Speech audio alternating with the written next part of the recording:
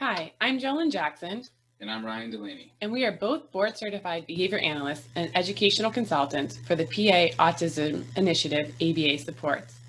We are here to present on a very tough topic because it involves so many moving parts and all members of the IEP team. But the outcome for students can truly be life-changing for future academic and social opportunities. The title of our presentation is What General Education Teachers Need to Know to Support Students with ASD.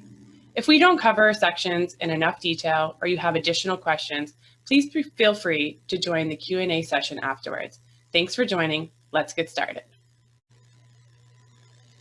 Patton's mission. The mission of the Pennsylvania Training and Technical Assistant Network is to support the efforts and initiatives of the Bureau of Special Education and to build the capacity of local educational agencies to serve students who receive special education services.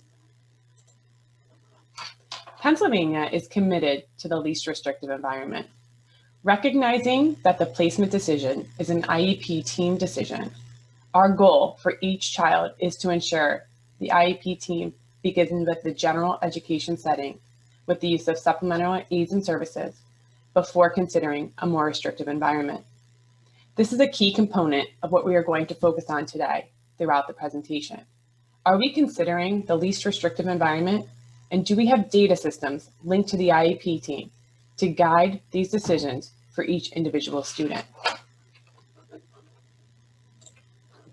When looking through the agenda for today's presentation, we will first review the nitty-gritty regarding the commonly used acronyms in special education, IDEA, LRE, and FAPE.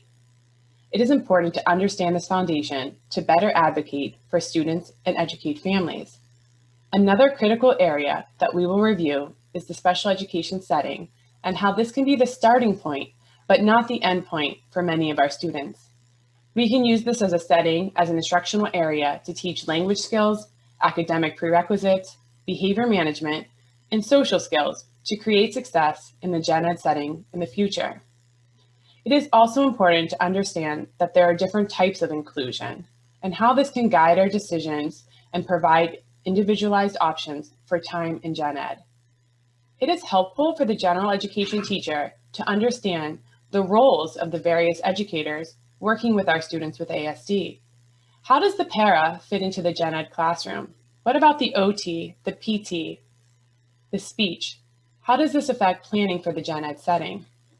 There are many environmental and instructional strategies to help guide gen ed teachers and link the AS classroom teacher to build success for each student.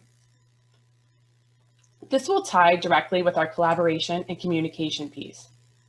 A topic that we will cover throughout the presentation to help support gen ed teachers is related to ongoing assessment and data systems to monitor whether we need to increase or decrease participation, and perhaps in which setting, math, reading, art. And when students have opportunities in these settings, do they have the prerequisite skills to advocate for themselves and use appropriate social skills? All this may seem a bit daunting to the gen ed teacher, the AS teacher, the district, the parent, but we are here to share systems to guide each of these different areas, as well as share a case study example about a student that in first grade only joined for lunch and recess, and now a senior who was just crowned homecoming king this past fall. How did he get there, and what are some of the areas that the special ed teacher and the gen ed teacher had to focus on in order to build the language skills needed for Greg to be where he is today? We know that planning for inclusion and staff training can be challenging, so we will also review some of the barriers and pitfalls that occur and how to possibly problem solve for these issues. Let's first dive into the nitty-gritty acronyms. IDEA. IDEA supports inclusive practices by requiring, to the maximum extent appropriate, children with disabilities, including children in public or private institutions or other care facilities, are educated with children that are non-disabled, that special classes separating schooling or other removal of children with disabilities from the regular education environment only occurs if the nature of the severity is such that education in the regular classrooms with the use of supplementary aids and services cannot be achieved satisfactorily. We need to make sure our students have an opportunity during the school day to be with students that are in the gen ed setting. But how do we get there so students can feel successful and continue to make progress? Let's look at FAPE and LRE. In Pennsylvania, IEP teams are required to adhere to the following guidelines when making educational placement decisions.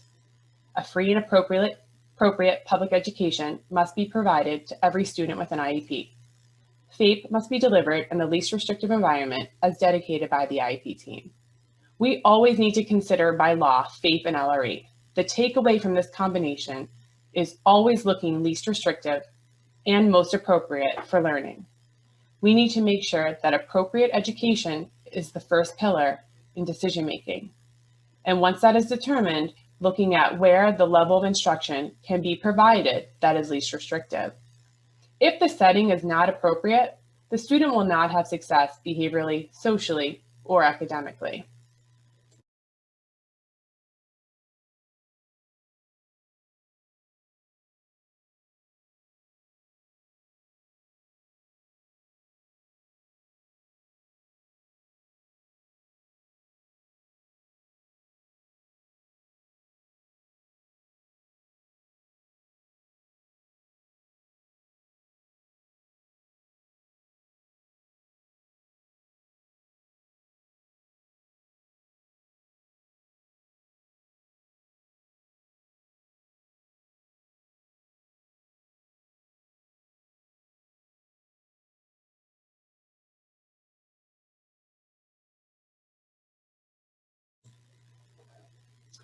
FAPE and LRE, the IEP team is required to adhere to the following when making educational placement decisions.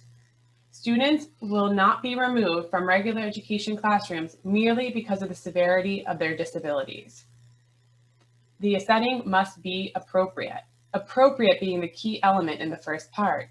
When the IEP team works together to determine placement using data systems to determine what is most appropriate for the learner to be successful in accessing the content of the appropriate instructional level.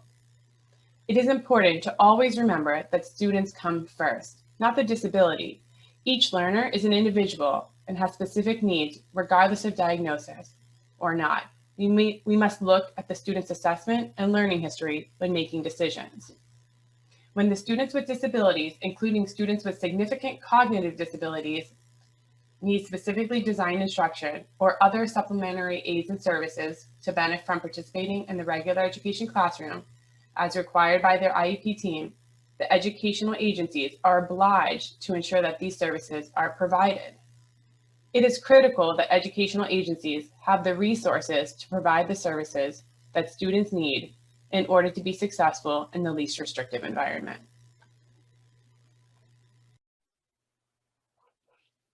More on FAPE and LRE.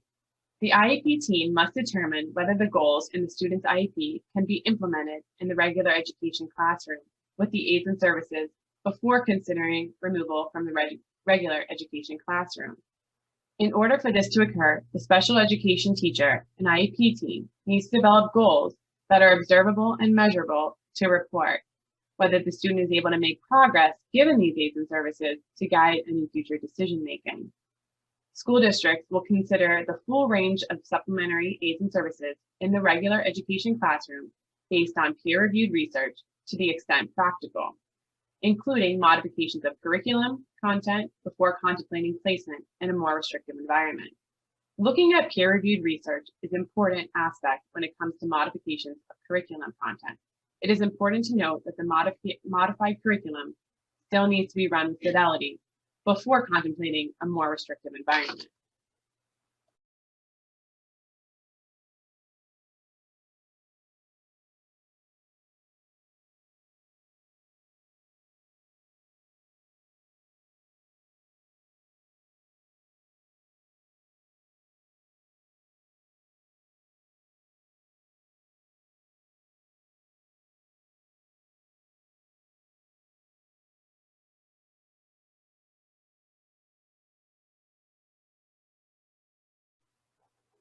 Let's look at some questions to review when considering FAPE and LRE. What efforts have been made to accommodate the child in the regular education classroom, and with what outcome? Documentation of the accommodation needs to be available to keep transparent communication about what is being done in the gen ed setting to accommodate the needs of the learner and if the goals are being met. What additional efforts in the regular education classroom are possible? The IEP team needs to determine what additional aids and services are needed in the gen ed setting to make this opportunity possible, but also needs to make sure that these aids and services are still following the guidelines of FAPE. Is it appropriate to be in the setting if the additional aids and services in the gen ed setting are stigmatizing the student with his or her peers socially or academically? What are the educational benefits available to the child in the regular education classroom? These are important questions to consider to have as an IEP team, and information that is helpful to gather from the gen ed teacher and to have a better understanding of the gen ed setting and the effect these opportunities will have on the student. Are there possible significant and negative effects on the child's inclusion on the other students in the class? We want to make sure our students from the AS classroom are having positive learning experiences with their same-aged peers in the gen ed setting, socially, academically, and behaviorally. If this is not occurring with the supplementary aids and services available, then it is important to have collaboration with the special education teacher and gen ed teacher to make this possible. The responsibilities of our school district is to provide ongoing training and development to the staff in the district. This is another important part to the process for the gen ed team and the special education team. Classroom staff need to be trained on the latest research and evidence-based practices for learners to be successful. The training needs to be ongoing so that the implementation of any modifications or interventions are being run with fidelity. All staff need to be aware of the policies of LRE and how to best support students with IEPs in the gen ed setting. Staff need to be trained on the policies of LRE and FAPE to understand the decision-making and data collection systems attached to the process. Having supportive team structures means that all team members are working together and are aligned with how to effectively educate the students in the various settings while implementing the IEP goals. Below is the criteria that should be reviewed initially, ongoing at yearly reviews, and probably more often so that we can make data-based decisions based off of this criteria. The educational placement decisions are made in this following sequence: initial eligibility decision, determining FAPE and design the IEP, determine whether FAPE can be delivered in the regular education classroom with the aids and services, and if instruction cannot be fully delivered in the gen ed classroom, then we need to move to the next step along the continuum of placement options to determine where FAPE can be delivered.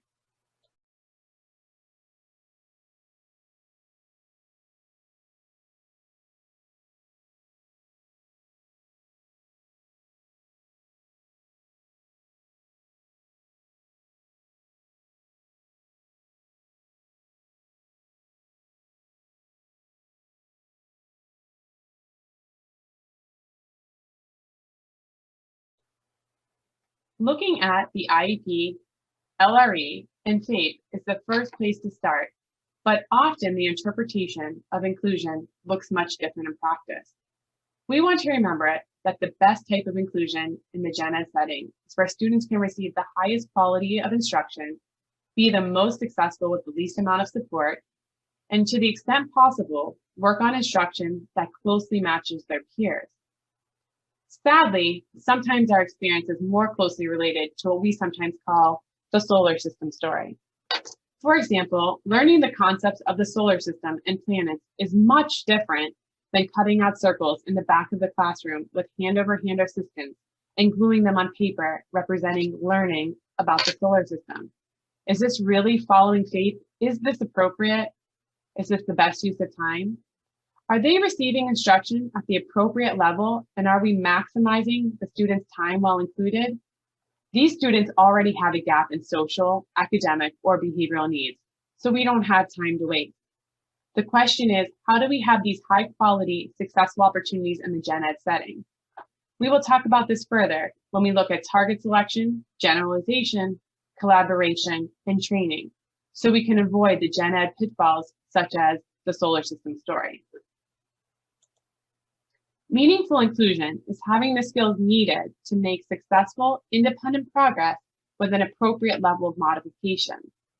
It is important to use ongoing assessment tools that we will later discuss in greater detail to help make changes to instruction based off the student's strengths. It's important to know what the students can do to use that as prompts for what they haven't acquired yet. Socialization is another area to look at. How can our students have positive social opportunities and advocate for themselves throughout their school day? Training and collaboration is something that we will review in greater detail and will have a huge impact on the learning outcomes for our students. Active engagement will look at this in more detail with data systems to measure how active versus passive engagement looks in classrooms. And how often do our students have an opportunity to respond? Lastly, meaningful inclusion is looking at building independence. We will look at this by focusing on some protocols for free-to-prompt procedures to build independence. Meaningful inclusion is not just being present at the same place and having access to the content.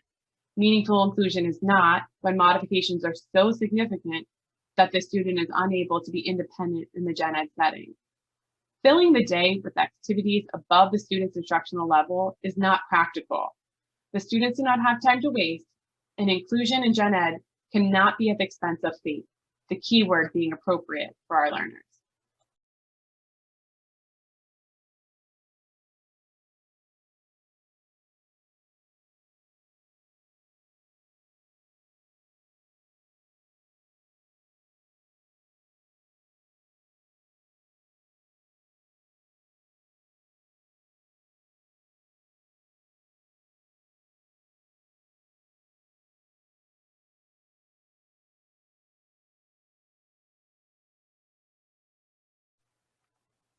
Below are the areas that we will be discussing in greater detail throughout the presentation, but are strategies that can be used between the AS classroom and the Gen Ed classroom for successful opportunities for all students. All students will have greater learning outcomes with these principles put in place. Looking at active, frequent opportunities to respond and the use of co-responding, the use of standardized errorless teaching and error correction strategies, and the clear use of reinforcement as determined and needed by the IEP team. We also want to make sure we have clear instructional targets.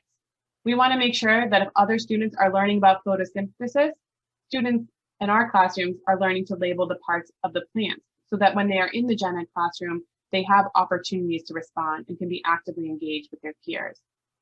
This all starts with having well-sequenced instruction from basic to complex skills as students are developing language. Data on student responding is used to make changes to instruction as needed. We need to have systems that can be used in both settings to monitor progress. Other tools for Gen Ed to have more success would be strong communication between teachers, support staff, and related service personnel. It is critical we look at tools to make this possible. Using assessments to help teachers make adjustments will help meet the individual needs of our students. There are a variety of assessments that can guide our decision-making in social, behavioral, and academic areas that we will review later in the presentation. Teachers can gain more class time for academic instruction by directly teaching classroom behavioral expectations and routines to students. I will review later systems to teach classroom routines to the students when in the Gen Ed setting, and as always, we want to make sure we look at family communication beyond just the annual IEP team meeting. It's very important to keep families up to date on inclusion data and targets to help promote generalization.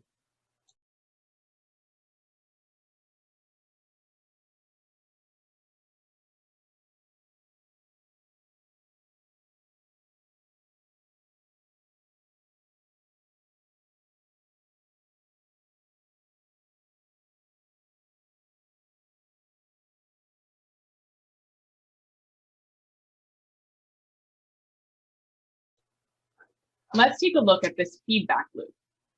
Assessment instructional systems are probably the most effective when they are integrated in a feedback loop. Assessment guides programs and target selection, which leads to teaching procedures and organization of materials. Once that is set, you can create data systems for measurement, and lastly, you can look at staff training.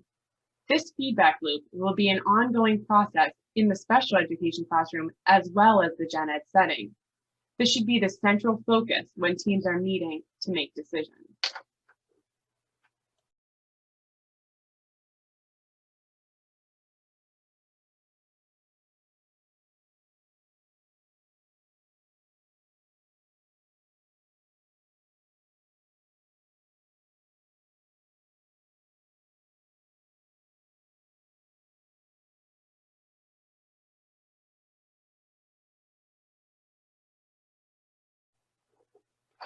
When Ryan and I are providing consultation in the AS classrooms and life skills classrooms, we are always coaching and guiding staff on looking at criteria to help build opportunities for successful inclusion. Questions and criteria to consider and discuss with the gen ed teacher are as follows. Is the seating appropriate? Do we really want the student to be in the back of the classroom with the para, not accessing the instruction and not accessing the reinforcement from the lead instructor? We need to make sure that our seating is appropriate in all settings so that our learners have the opportunities to respond in active engagement with the gen ed teacher.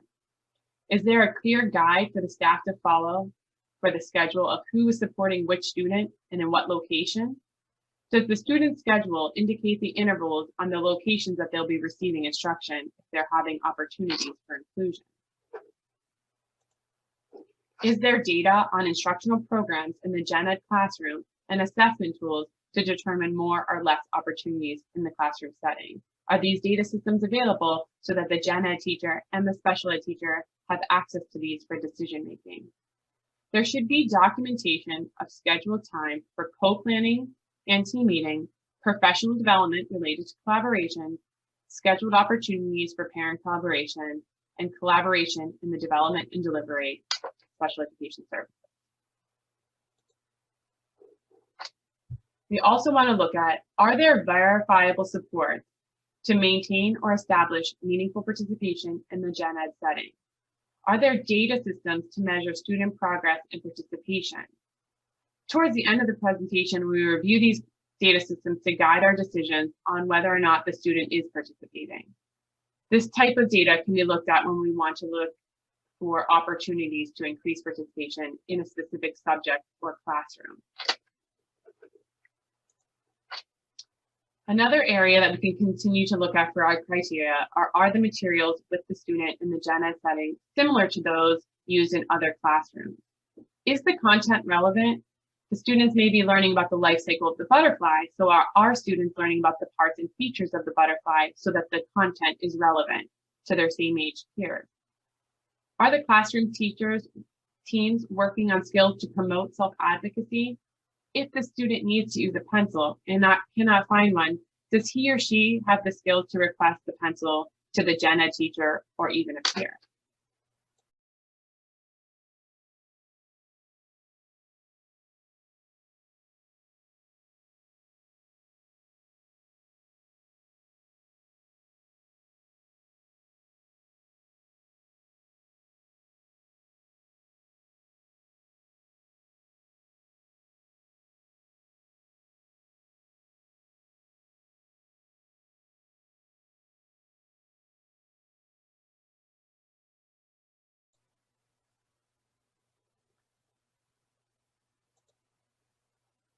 Let's take a look at this grid. This is a working document that can be used to answer some of the criteria questions that I just went through with you guys. This tool can be used with gen ed teachers and special ed teachers on a weekly, monthly, quarterly basis. It goes through the criteria that I reviewed on anything from instructional materials to physical layout of the classroom, social behavioral examples. So this tool can be used ongoing and can be kept in each student's individualized program book as ongoing documentation of this information. This tool for this worksheet will be available at the end of the presentation with the link so that you guys can each have access to the worksheet. You can see throughout the worksheet, there are different areas where you can indicate if the classroom has the modification in place? Yes or no? Are the materials the same? Yes or no? You could even list out some of the materials that are the same between the different settings, even from as simple as, do both settings have pencils, markers, highlighters, crayons? If it's a kindergarten student, do they have ABC letters in the special ed classroom as well as ABC letter opportunities in the gen ed setting? Do both classrooms have manipulative if it's an elementary classroom? And if it's middle school or high school, are we looking at, do they have similar materials used for note taking, such as the different notebooks, the folders, the computers, sticky notes? So are the students having access to similar materials across settings, from something very simple to something very complex, various curriculum that can be used? So take a look at this worksheet when you have a chance. I think it's a really helpful tool to utilize when you're having team meetings, because it really helps keep everyone collaborating on the same topics, and can be an ongoing document year to year.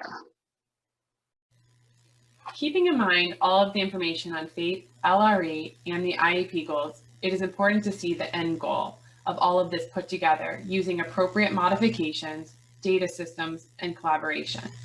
Let's take a look at this gen ed example before we go into more detail of setting the stage in the special education classroom to build these successful opportunities in the gen ed setting.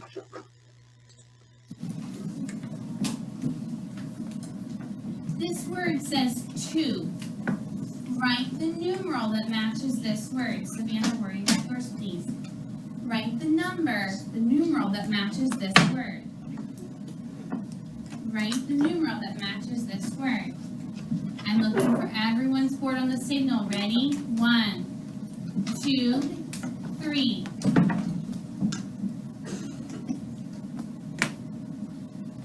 Boards down.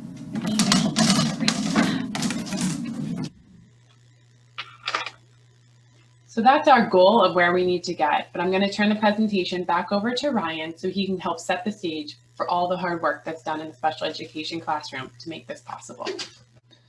Before we discuss specific teaching and behavior strategies that can be effective in the general education setting, we first want to give you a snapshot of what constitutes effective teaching and classroom organization in many of our special education classrooms that support students with ASD and other developmental disabilities. This will differ from classroom to classroom and student to student, but many of these teaching strategies are fundamental to classrooms we support through the Patent Autism Initiative and are based on our site review criteria for special education classrooms that support students with ASD.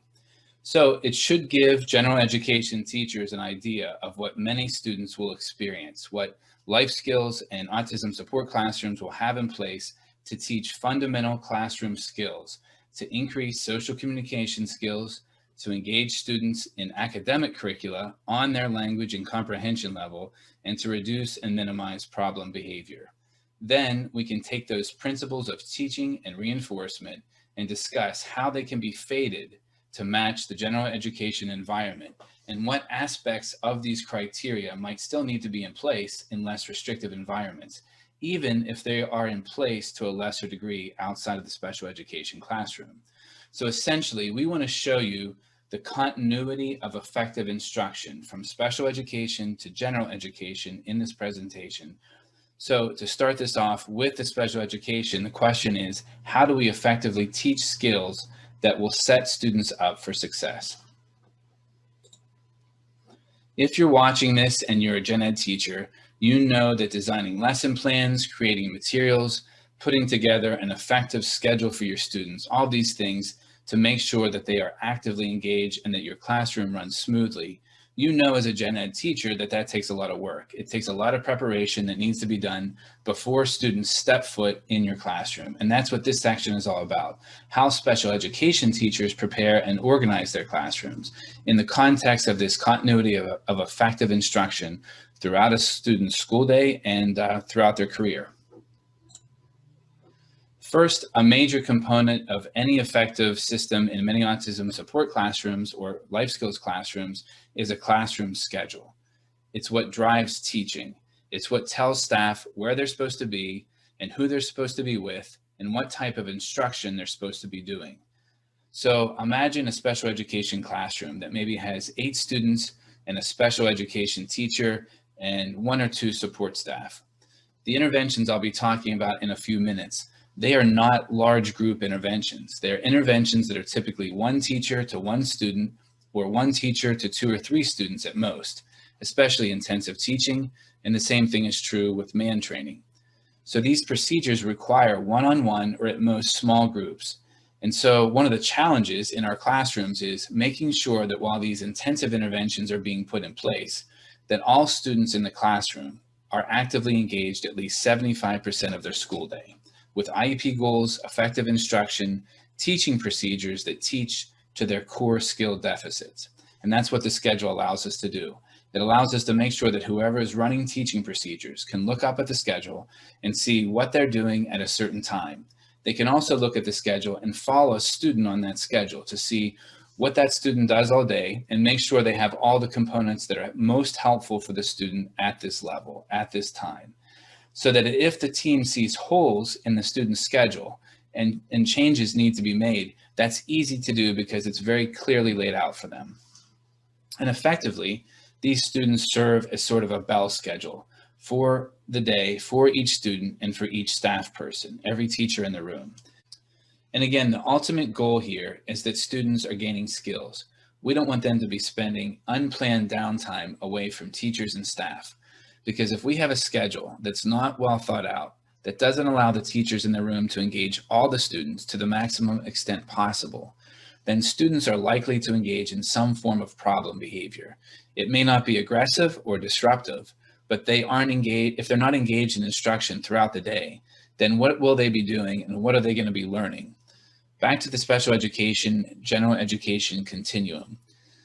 So this isn't going to be the same type of schedule that's in place in a gen ed classroom, but when we talk about active student engagement and the schedule of instruction, the same principles will apply, because many of our students will not do well in gen ed if they're not responding, if there's not active engagement in the curriculum. And they can sit in a lesson in the gen ed environment, but if they're not actively engaged, they're not talking about the lesson, they're not responding as a listener, they're not receiving feedback from their teacher and peers, then they're not meaningfully participating with the class. And the same problems may arise in terms of problem behavior and lack of student progress. So later in the talk, we'll discuss strategies that can be put in place in the gen ed environment to meet these same goals.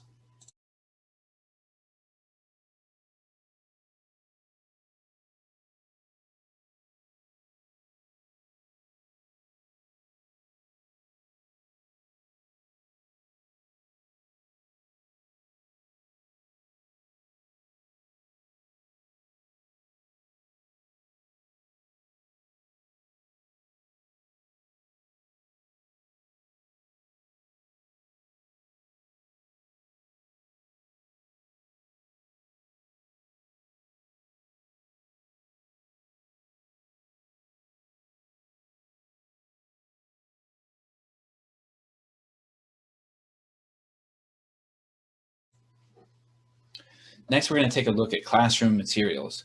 One thing that is unique about many special education classrooms is that their teaching materials and data collection systems are kept in these 3-drawer carts that look like this. These carts include the materials teachers need to teach each of their students, so each student would have a cart, and this includes materials for known skills, which are important for practice. It includes materials for target skills, which are the skills that relate to IEP goals or goals the team is currently working on. And it houses program books, which allows teachers to collect data and to show progress. And the cart also has a drawer for reinforcers typically, and sometimes the reinforcers are in a bin that looks like this. And these bins include a wide variety of items depending on the student, specific to the student's interest. They could be items, toys, possibly food for some students, games, other materials that will allow the teacher to deliver fun things so that good things happen immediately after certain behaviors occur, after students engage in target skills that they're currently working on. That's using the principle of reinforcement. And you need these type of reinforcers available when you're running instruction. For intensive teaching, teachers use what we call card sorts or object sorts, which are sort of a curriculum to teach individual language and other critical skills. And there are examples of a card sort here on the screen and an object sort, and you'll get an idea of what that looks like as well when we discuss intensive teaching and I show some video examples. Basically, the cards or the objects tell the teacher what to do for each individual teaching trial and allows them to run all the components of effective intensive teaching. So these materials are very different from what you're going to see in a gen ed environment, but serve the same purpose as teacher lesson plans and curricula in ensuring both students and teachers are prepared for each lesson.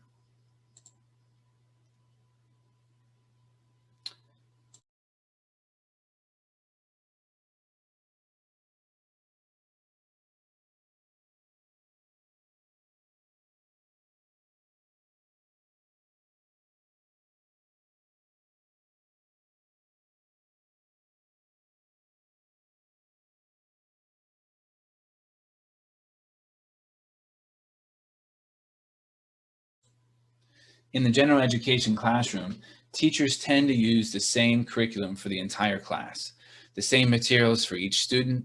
Basically, everyone gets the same instruction. And that's very practical. That's the way it needs to be done in the gen ed environment because of the number of students receiving instruction in the large group setting. The primary data we have for student learning in gen ed is grades based on tests, assignments, homework, class participation, which are measurable and observable behaviors or permanent products of those behaviors.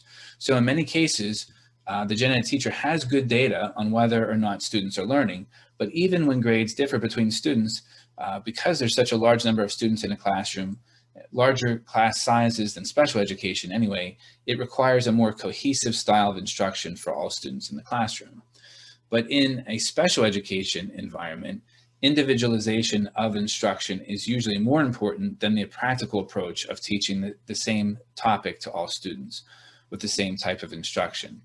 Because in the special education environment, the priority is on teaching skills to each student that will allow them to access reinforcement outside of the special education environment, including their community, the general education environment, and of course, other environments within the school, such as the cafeteria, the playground, and for older students, vocational and leisure activities, to allow for successful opportunities with interactions with peers, their teachers, and community members. So to do that, teachers need specific information about what skills need to be taught, what skills can be practiced, and the general verbal level the student demonstrates, so that teachers can individualize their education program. Individualized instruction without individualized assessment is very, very difficult. We need an assessment to develop a student programs and to help the IEP team determine the degree and type of inclusion for each student. Because students with autism spectrum disorder demonstrate deficits in social communication skills, currently one of the most important assessments often used in autism support classrooms is the VB-MAP, or the Verbal Behavior Milestones Assessment Placement Program. The VB-MAP was developed by Dr. Mark Sundberg and is used for many students with ASD across the country. In the special education classroom, the VB-MAP can serve as a behavior language assessment tool that guides language programming. And for the general education teacher, the VB-MAP can be helpful as you adapt your curricula to the needs of your included students. The VB-MAP is an assessment of language skills or verbal skills, as well as other developmental skills, and these skills are broken down into milestones and correlated with typical development. This assessment utilizes Skinner's analysis of verbal behavior, which considers verbal responses in the context of their antecedents and consequences. This analysis is extremely helpful in the assessment and development of verbal behavior programs that successfully teach skills in an effective way to students. And much more is said about the VB-MAP and other verbal behavior programming in other sessions, this conference, this year and in previous years. For information specifically about the VB-MAP, Dr. Mark Sundberg presented on his assessment in 2014, and that talk is available on our conference archive. So for the special education teacher, the value of an assessment like the VB-MAP is that it helps assess student skills to build their programs, to build their verbal behavior program and other skill development programs, and it provides some assessment of progress as well. And again, for the general education teacher, the benefit is that it helps to pinpoint skills that continue to need to be taught or components of the curriculum that need to be adapted. And we'll talk about that aspect in greater detail later in this talk. One thing to keep in mind for general education teachers is that almost all curricula and teaching in the general education environment are based on verbal skills.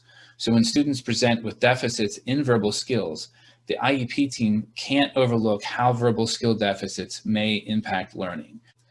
And the team may determine that more skill building needs to be done or adaptations need to take place. But certainly the IEP team does need to consider these verbal skill deficits as they relate to student learning. Lastly, on assessments in the special education environment, there are other assessments that are helpful. If students are receiving direct instruction, those curricula come with placement tests and other forms of assessments that individualize their program as much as possible, even as those DI programs help to teach group skills. Teaching social skills can be a complex task, so social skills curricula often include assessments that guide this type of instruction. So we'll touch on this again later in the talk, focusing on the general education piece. We've been talking about assessment of student skills in the special education classroom, but some students engage in problem behavior, which includes a wide range of problem behavior, from physical aggression, self-aggression, stereotypies and repetitive behaviors, and other forms of problem behavior that can be a danger to the student and to others, and can be disruptive to the classroom environment. And it's beyond the scope of this talk to get into the details of problem behavior assessment and also problem behavior reduction in great detail. But we just want to point out that as in skill development, reduction of problem behavior starts with a thorough assessment. From a behavioral perspective, just as we saw with verbal skills, classes of problem behavior tend to have similar antecedents that evoke those behaviors in the school setting, and they tend to have similar reinforcers that maintain those behaviors. A functional behavior assessment allows us to hypothesize or determine what the consistent antecedents and consequences may be. What are the reinforcers for problem behavior? That's what it's seeking to answer. Because the development of an effective behavior plan rests on knowing the function of the problem behavior, which is really another way to say why the behavior occurs. A functional behavior assessment can be as simple as checklists and rating scales and interviews, but it often moves to much more valid and direct measures of student behavior, such as observations and sometimes some form of what we call functional analyses, where we intentionally manipulate the antecedents and consequences to more effectively, more sensitively determine the function of problem behavior. Our hope realistically is that the special education team and the IEP team can reduce problem behaviors for a student significantly through effective instruction. And we work very hard to make that happen because students who are actively engaged in their instruction at their academic and language level with appropriate reinforcers and other strategies in place have less of a reason to engage in problem behavior. But there are many students who continue to require problem behavior interventions in a special education environment. And it's a great thing when problem behaviors can be eliminated or greatly reduced before students spend significant amounts of time in the general education setting. But that's not always the case. And so when we talk about modifications and strategies in the gen ed environment, we'll cover some of those aspects of the functional behavior assessment and behavior reduction that may need to be put in place to help included students be successful.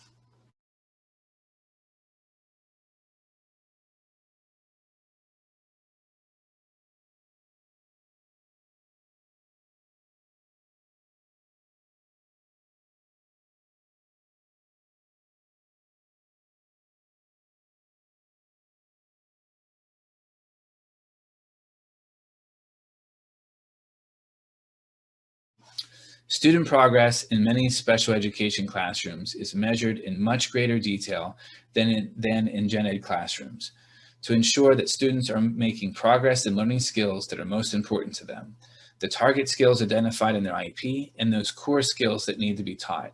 And it takes additional efforts to track that and to make that happen. This video from the Patent Autism Initiative talks about that very quickly and gives you an idea of the importance of data and a little look at the data systems that classrooms put in place. And of course, you'll see how that differs from the gen ed environment. But there may be some adaptations the IEP team still needs to make to provide additional data about student behaviors in gen ed, such as student participation, student responding, verbal responses, and listener responses in the gen ed classroom. All these data to track progress and to help the team make modifications as needed. Without these data, you're always flying blind as a teacher. You're always making guesses as to how the student is responding. Without some visual analysis of data to track student progress, to track the rates of problem behaviors, you really can't make database decisions about how to teach and how to make changes to what's happening in each student's environment that a student's participating in. So here's a little bit more about these data systems.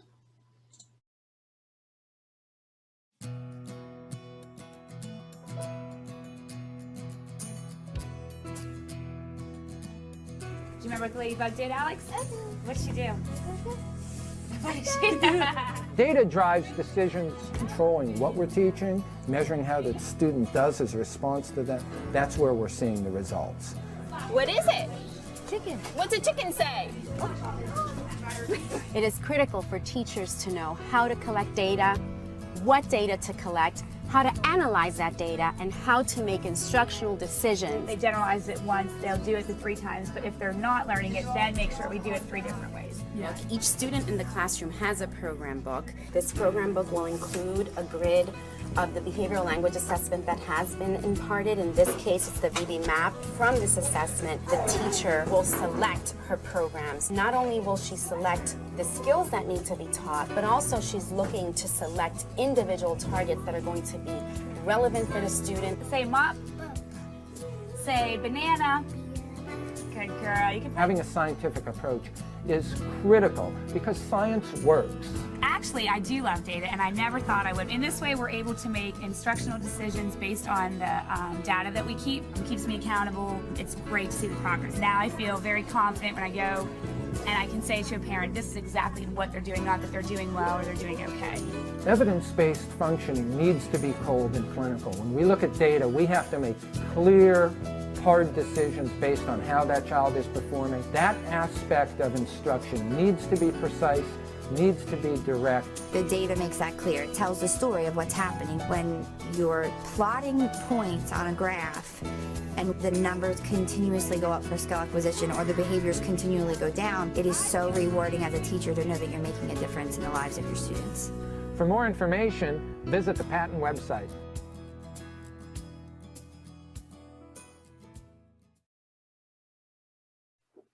So up to this point, we've talked about materials and systems that are commonly seen in the special education classroom. Now we want to talk about some examples of common teaching procedures that take place in classrooms, and in particular, classrooms that we support through the Patent Autism Initiative. There are many aspects of intensive teaching that we could talk about, but they're covered in much greater detail in other presentations and trainings. But in relation to the general education environment, one of the most important aspects of an intensive teaching session is airless teaching. In airless teaching, the teacher provides an immediate prompt when the student is learning a skill, immediately after the question or instruction, for target or unknown skills that the student's learning. The student will receive an immediate prompt before they have an opportunity to make an error, and then following that prompted trial, there will be an unprompted trial. We call it transfer trial because we want to fade teacher prompts. We want the student to respond under the correct sources of control, and that, of course, is not with the prompt. Then there will be some other trials we call distractor trials, other known trials that we run, and then a check trial, which is another opportunity to respond to the instruction or question without any prompts, and then a reinforcer will be delivered by the teacher. In the special education classroom, airless teaching is often critical to reducing student errors and reducing frustration for students with skills that they're trying to learn. And just as importantly, students seem to make faster progress when airless teaching is put in place. A similar procedure is used for error correction. Essentially, if a student makes an error, the teacher is just going to pause instruction for a second, prompt the correct response, and move on. And then, of course, check their ability to respond to that same question to make sure that the student is demonstrating understanding. We always want to check for understanding. That's how we demonstrate that learning is taking place, by observing or measuring a student's response. Otherwise, we're basically in the dark about whether or not the student understands what we've taught or what we've corrected. So again, airless teaching tends to produce fast rates of learning and reduces rates of problem behavior. That's what research tells us. So you'll see that during this intensive teaching session that I'll show in a second.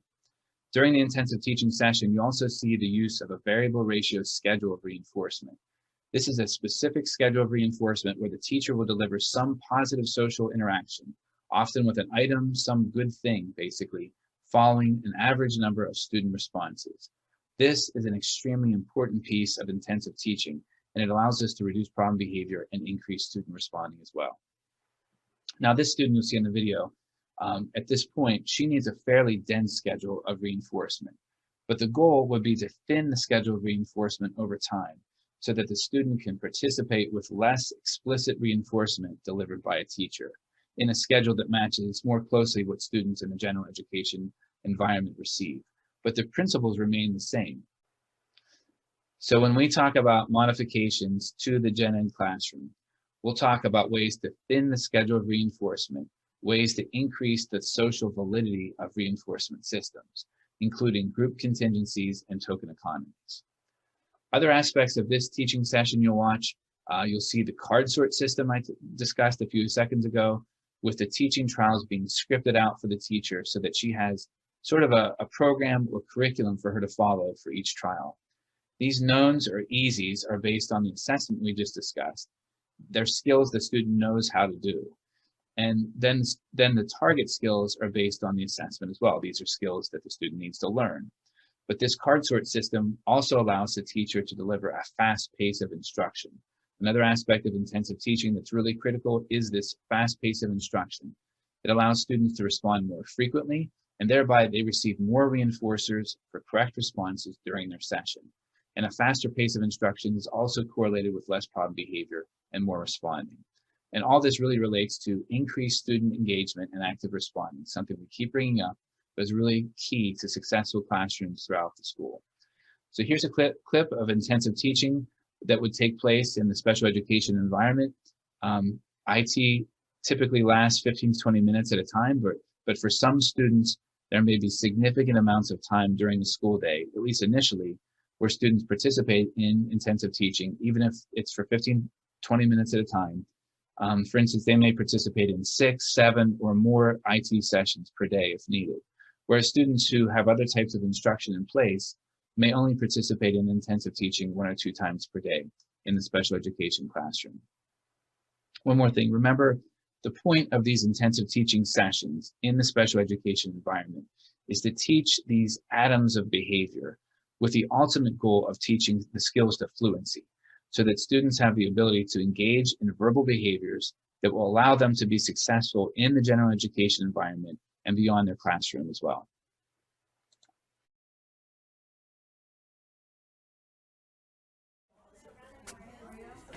There's Blue, and the sun, and the dinosaur. There they go. Natalie, show me ready hands. Ready hands, do this. What is it? Duck. It is a duck. What's this one? Horse. Stand up. Jump. There you go. Let's play with your house. You can sit in chair. Do this. There you go. Quack says A. Quack says A. Yeah, clap. What's this one? Quack says A. Good job. Let's watch some Blue's Clues. There's Blue. Natalie, raise hands. Raise hands. Yeah, what's this one? Earthquake. And what is this one? Orange. It is an orange. What is this? Grapefruit. Grapefruit. What is it? Grapefruit. Show me ready hands. Red hand. What's this? Carrot. And what's this one? Grapefruit. It is a grapefruit. Let's do your puzzle. It is. Alrighty. Here's some pictures, Natalie. Show me ready hands. Nice ready hands. Give me the frog. There's the frog. Give me the balloons. There you go. What's this one? Soup. What is it? It is soup. Show me ready hands. Give me the basketball.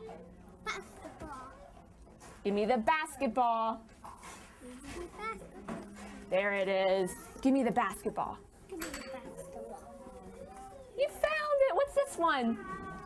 It is. Give me the basketball. Nice giving. Here's some Blues Clues.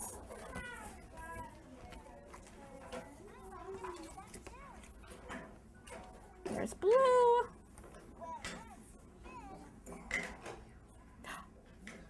He's gonna spin the wheel. There he goes.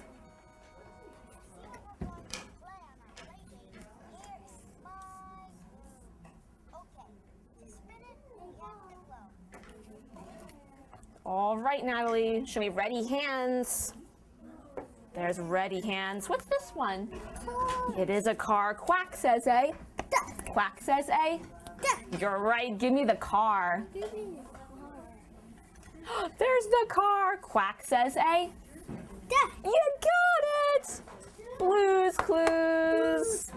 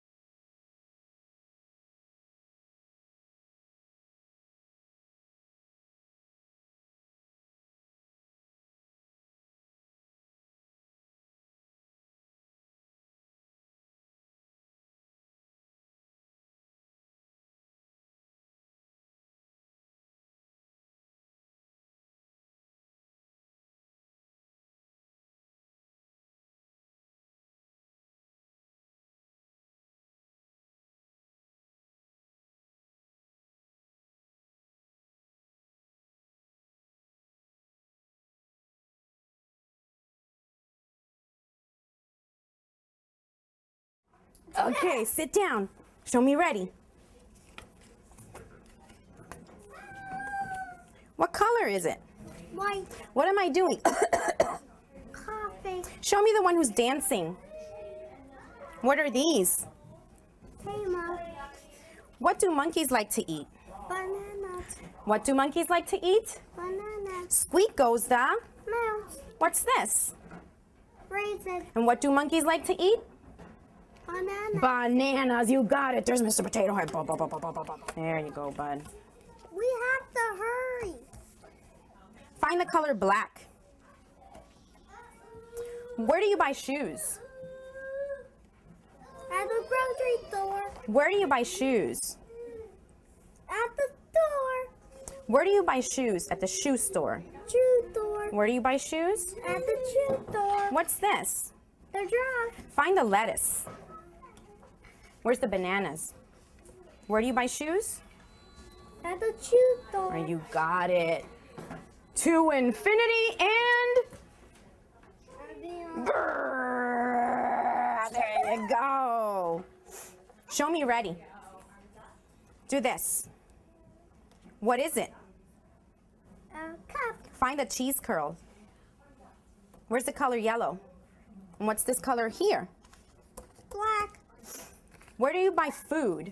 A grocery store. That's right. What am I doing? Tapping pencil. Tappy pencil. What am I doing? Tappy pencil. Where's the desk? Hamburger. Oh. Where's the desk? Where's the desk? Hamburgers and? Hot dog. Say wet mitten. What man? Where's the desk? That's right. What am I doing? Tappy bed. You got it. Have a seat. Sit down. Let me record you. Sit down. Airplane. Do this one. Rub-a-dub-dub, 3 men in a... Tap. What's this? A shirt. What is it? Sweatshirt. Sweatshirt. What is it? Sweatshirt. And this is a... A cow. And what's this? Sweatshirt. That's right. What am I doing? Crossing fingers. Crossing finger. What am I doing? Crossing finger. What's this here? A What is it? Crib. crib. What is it? Crib. What am I doing? Crossing feet. And this is a? Crib. You got it. Boom.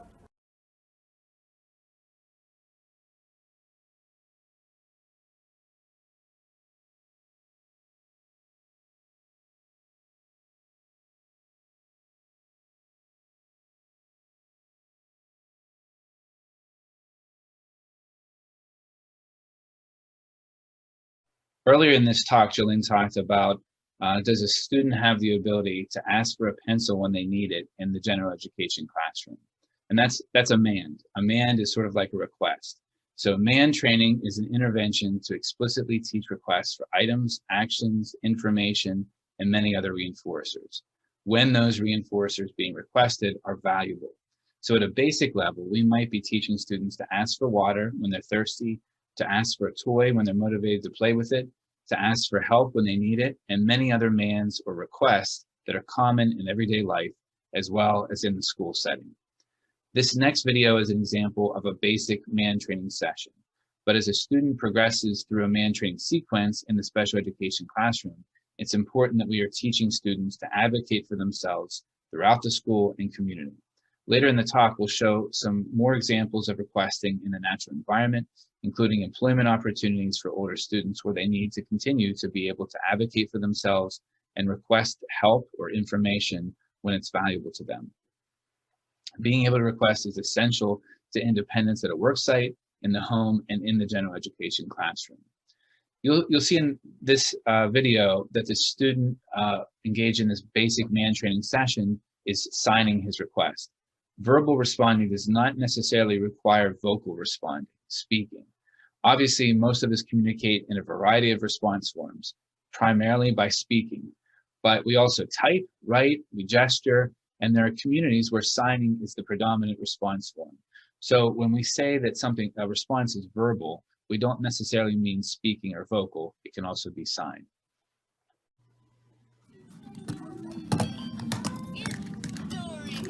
Book!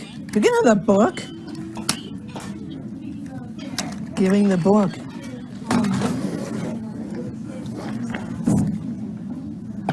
This is a car. Car! Woo! Here it comes. Comes the car! Woo!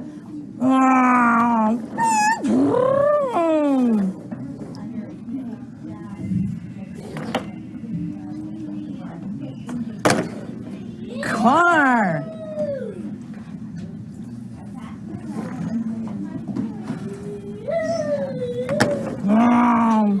This is a car.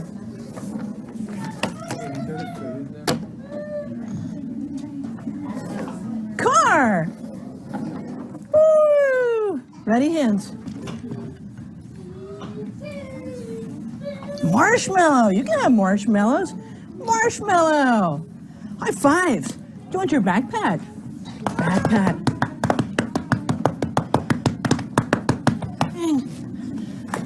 What are we doing? Push! All right. Yeah. Brandon, sit in that chair.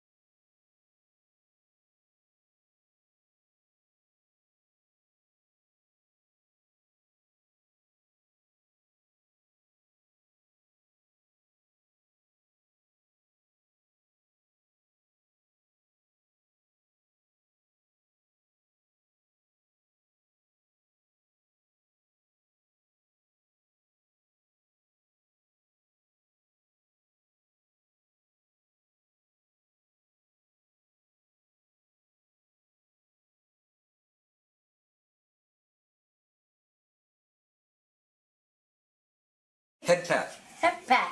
Head pat. Hepe. Hepe. Scream. Ba. Hepe. Let's get ready. Car. Call. Rock. Walk. Walk. Walk. Walk. 5 here. Right here. Do this one. To this one. Okay, well, we'll see. Have a seat. There you go. Hepe. Hepe. I say scream. Rock. Walk. Walk. Walk.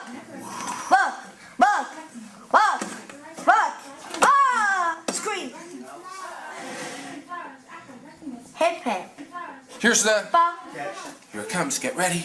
Okay. Get ready. Ba. Ball. Gotcha. Ba. Ball. Come here. Oh. Ba. Ball. Here it comes. Get ready. Balance. Ba. Yeah. Sit here. Do this one. Check out. Scream. Rock. Walk. Walk. Okay, well, we'll see. Have a seat. Rock. Walk.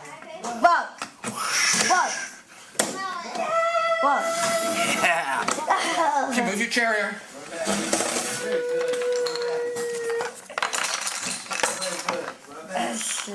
T. Very good. Well T. done. Goes right in there. Hold on, missed it. Okay, come on. V. Throw it back, bud. U. You. Throw it back. Let's see. There's you. R. Very P. good. P. K. Okay, well, we'll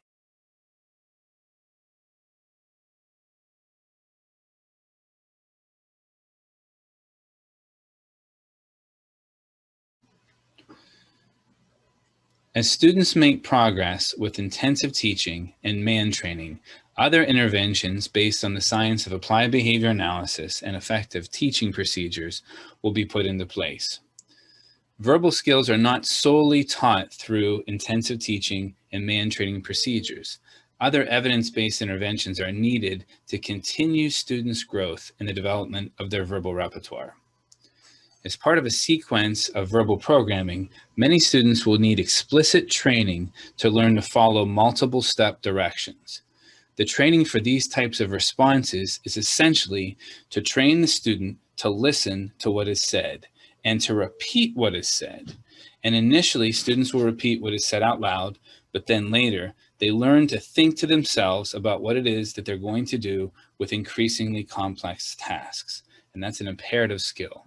First, again, it's very difficult to perform these types of multiple step directions and these tasks without the fundamental verbal skills, the basic verbal responses that allow a student to echo what has been said to them.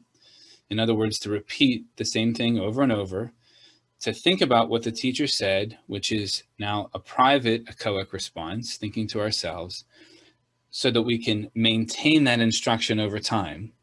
And then to tact what the student is seeing in the environment, or to label what they're seeing in the environment, and which is critical as well. So this process involves a behavioral term called joint control. And one example is when you talk to yourself about what you're supposed to do, and then see things in the environment that relate to that self-talk, and at that point it all comes together. That's joint control, and the related skills have to be taught so that students can do this in general education situations. For an example, think about a gen ed classroom where the teacher might say something like, everybody get out your blue folder, find yesterday's homework, write your name at the top of the paper, and just complete the even numbers.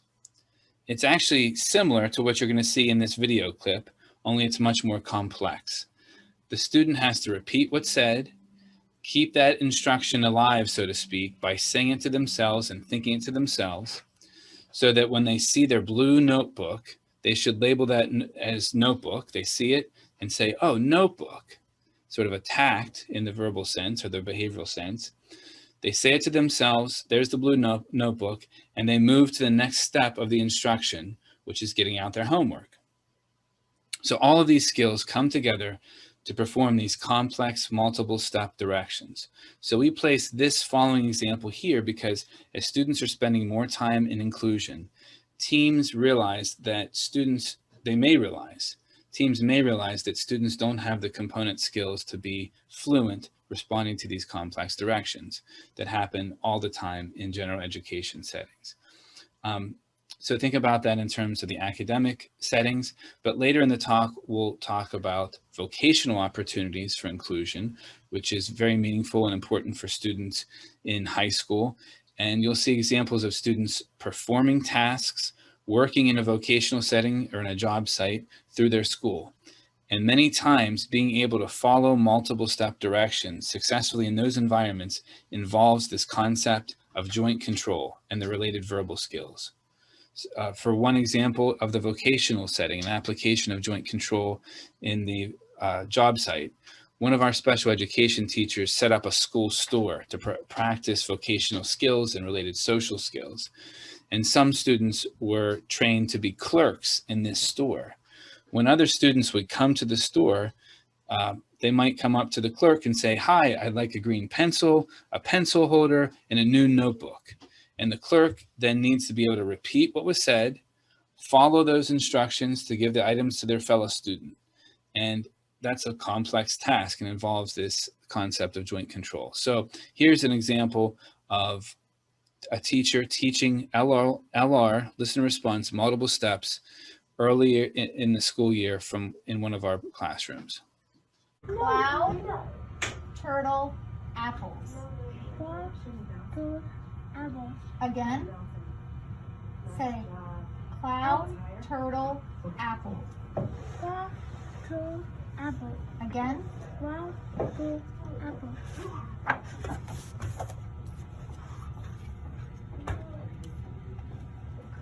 Nice job, buddy. Popcorn. Many students will also need sort of an intensive teaching approach to learning basic math or numeracy skills. The following is a short clip of an early numeracy program teaching those basic skills. Lots more information about early numeracy is presented at this year's conference and in previous years by Jerry Campbell in his talks about early numeracy skills. All right. How many blue?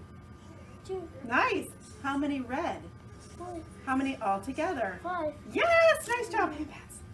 Hey, Pats. Nice going. What's this? Plus. What's this? Plus. How many? 5. And what's this? Plus. Nice job, iPad. How many black? 4. Good. How many gray? 6.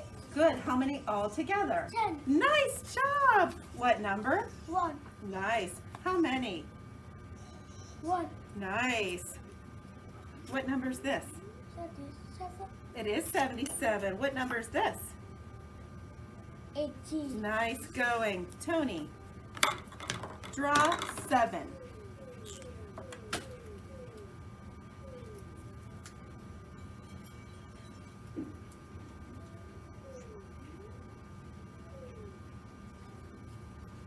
As I mentioned earlier, intensive teaching, at least in the form that we showed earlier, is meant to teach atoms or building blocks of verbal skills to fluency. As students learn these skills and apply them to a wide range of real-life situations, interverbal webbing can be a critical intervention because it helps prepare students for academic and social situations. Initially, interverbal webbing will include some teaching and generalization in a format of questions and answers surrounding rotating topics that are linked to one another. As students make progress with this more structured type of web, interverbal webbing will serve as a scaffolding for conversational topics. The following video is a good example of that. At this time, Ryan was in high school, and at this point, Ryan has learned basic verbal responses through intensive teaching, a wide variety of different requests or mands through man training. He's participated in direct instruction and social skills curricula at the time of this video, And when this film was taken a few years ago, he also benefited from intraverbal webbing. So at this point, most of his intraverbal webbing was sort of a conversational and social nature. And you'll see from this video how learning to answer questions, to stay on topic, to give multiple exemplars and novel responses, all of these skills are critical to keep a conversational nature and to keep it reinforcing for both parties. So his teacher also at this point was adding opportunities for requests or demands for information, so that as intraverbal webbing progresses, it's not entirely one-sided with the teacher asking all the questions. So check out this short clip of webbing with Ryan, who uses typing as his primary response form for communication. And again, typing is a verbal response. And you'll see in this web, especially the second half of this clip with Ryan and Chris, who's the internal coach in the school, you'll see that this web is really a fun conversation about sports built on the scaffolding of intraverbal webbing.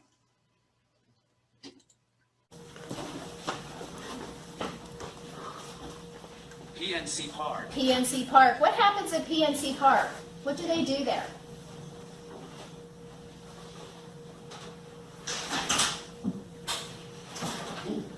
Pirates play there.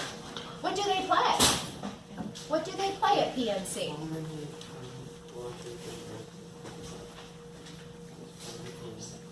Baseball. Awesome. And baseball is a type of what? Sports. A sport. Can you tell me some other sports, Ryan?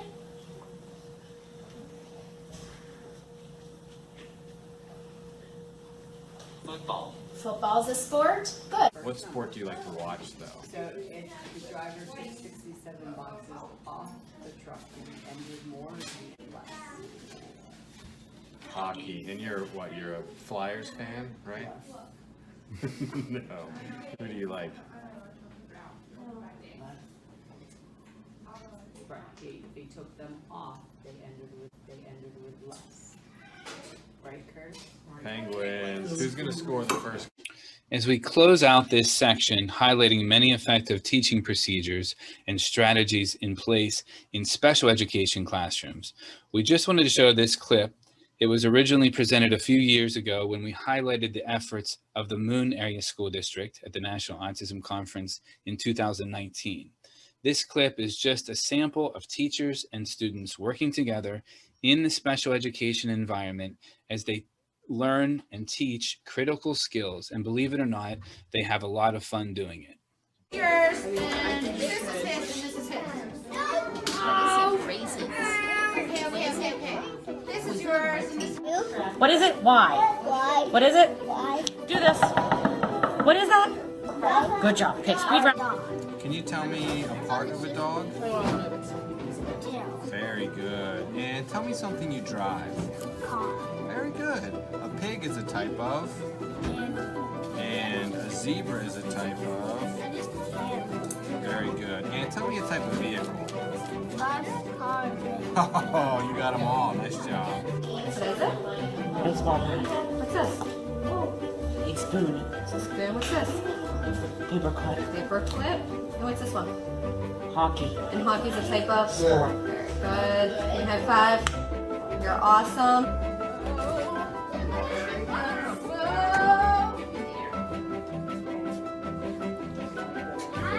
Oh, hi, everybody. Hello? How does the egg feel? Show me the candy. What is it? Egg. And how does the egg feel? Awesome. Now, say bubble. Say piano. Perfect. Woohoo! Love it. Thumbs up when you're ready. Say oat. Say arm. Say ouch. Olivia. Say Idaho. Idaho. Gracious, you sound awesome. 9. Look, I found another one. How old is it? Winnie the Pooh. Winnie the Pooh. Ooh. I don't know. Let's. What is it? Pumpkin. I love pumpkin. Good job. Good job. Touch your eyelashes, Dalton.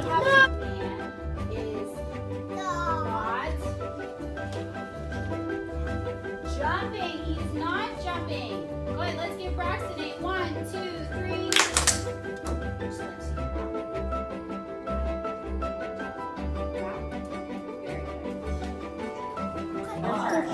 Yes!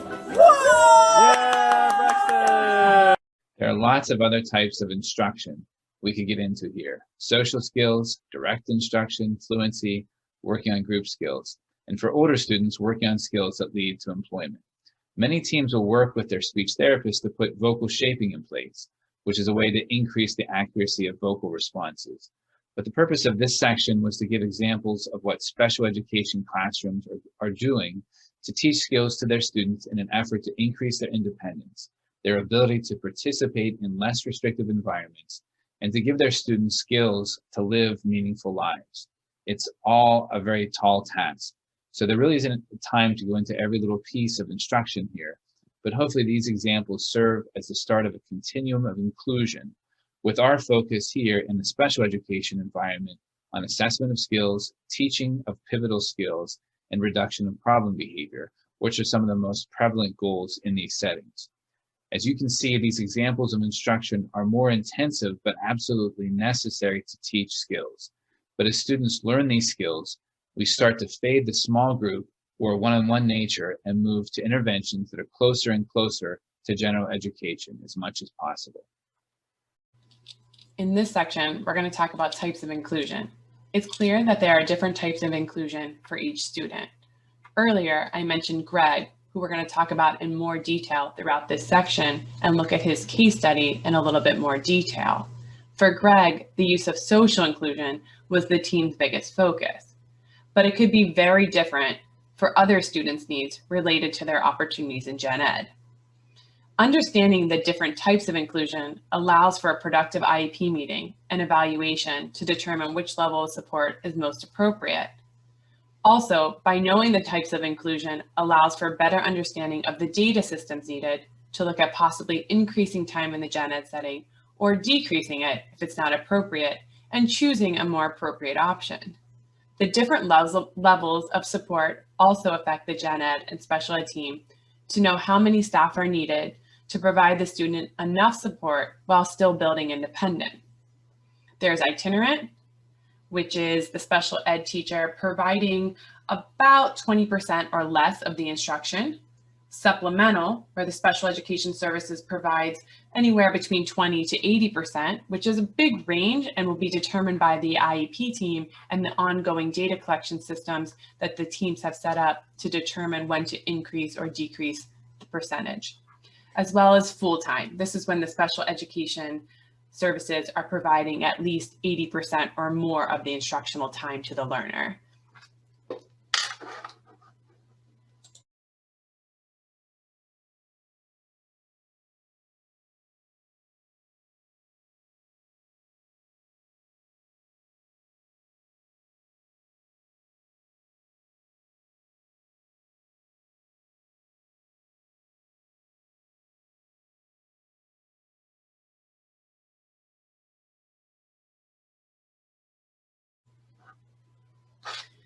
I think this quote is really important to consider throughout this presentation. We cannot claim success in teaching students merely by reporting the time spent in the classroom. Learning requires a change in behavior resulting from an interaction with one's immediate environment. I think this is so helpful to remember that time spent is not the critical piece. It's the learning that is occurring in the environment that the student is in, which is a much better measure. Sure, we can choose a specific amount of time that a student spends in a particular setting, such as the percentages I mentioned earlier. But isn't it more critical to look at the skills acquired in the environment, whether it be the replacement behaviors the student may have related to their behavior plan, academic progress, or increasing their opportunities with specific curriculum? How about the percentage of time actively engaged with the lead instructor in Gen Ed classrooms? All of this data will help to support the learning that is occurring for the student, not just based off time. Types of inclusion that we're going to look at is full inclusion, where the student completely participates in the gen ed classroom. Then there's cluster model, where a small group of students from the special education classroom are fully included in the gen ed environment, but this group is kept together in the gen ed setting and is usually co-taught in a model where their accommodations can be provided to those learners in that gen ed setting. Reverse inclusion is a great option for all students. This is when our gen ed students can go into the special education classroom. It provides them exposure to what's happening in the special education classroom and an opportunity to engage with students in this population. It's also an opportunity for our students in special ed to have peer models in their classroom. Social inclusion is a great idea and an opportunity for our students to join during lunch, recess, lunch bunch, downtime, and any other opportunities outside of academic instruction. But if it's not done properly, could actually create more of an issue. We know that communication and social skills are often the biggest deficits for our students with autism. So if we're going to provide social opportunities, we need to know they are prepared through various interventions, such as the MAN training that Ryan discussed earlier, peer-to-peer manning, where can they request with their peers, social skills, having some type of scope and sequence for development of these skills, and data systems to make sure the student is having success and if not, what areas do we need to pre-teach?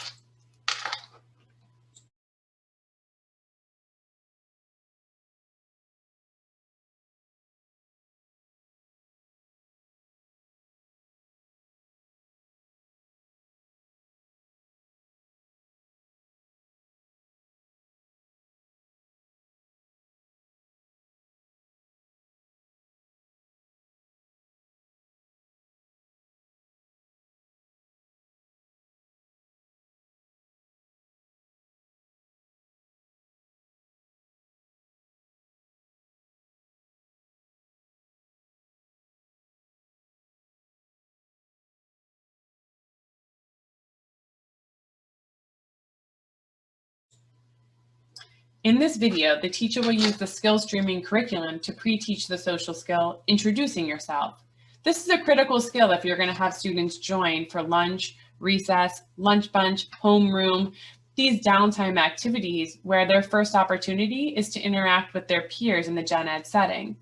So this video is going to demonstrate the use of the curriculum, which then helps teach the students what to do and what not to do. Let's take a look.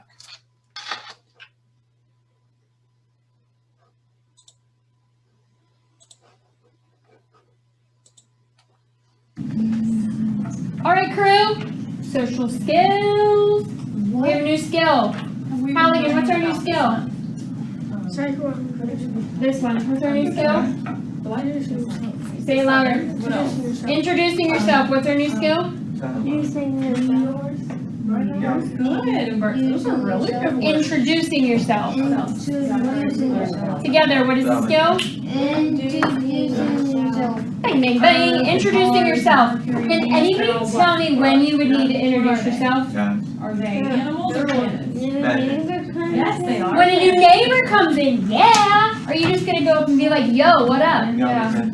No, you can't say that. That's not polite. Let's talk about these steps.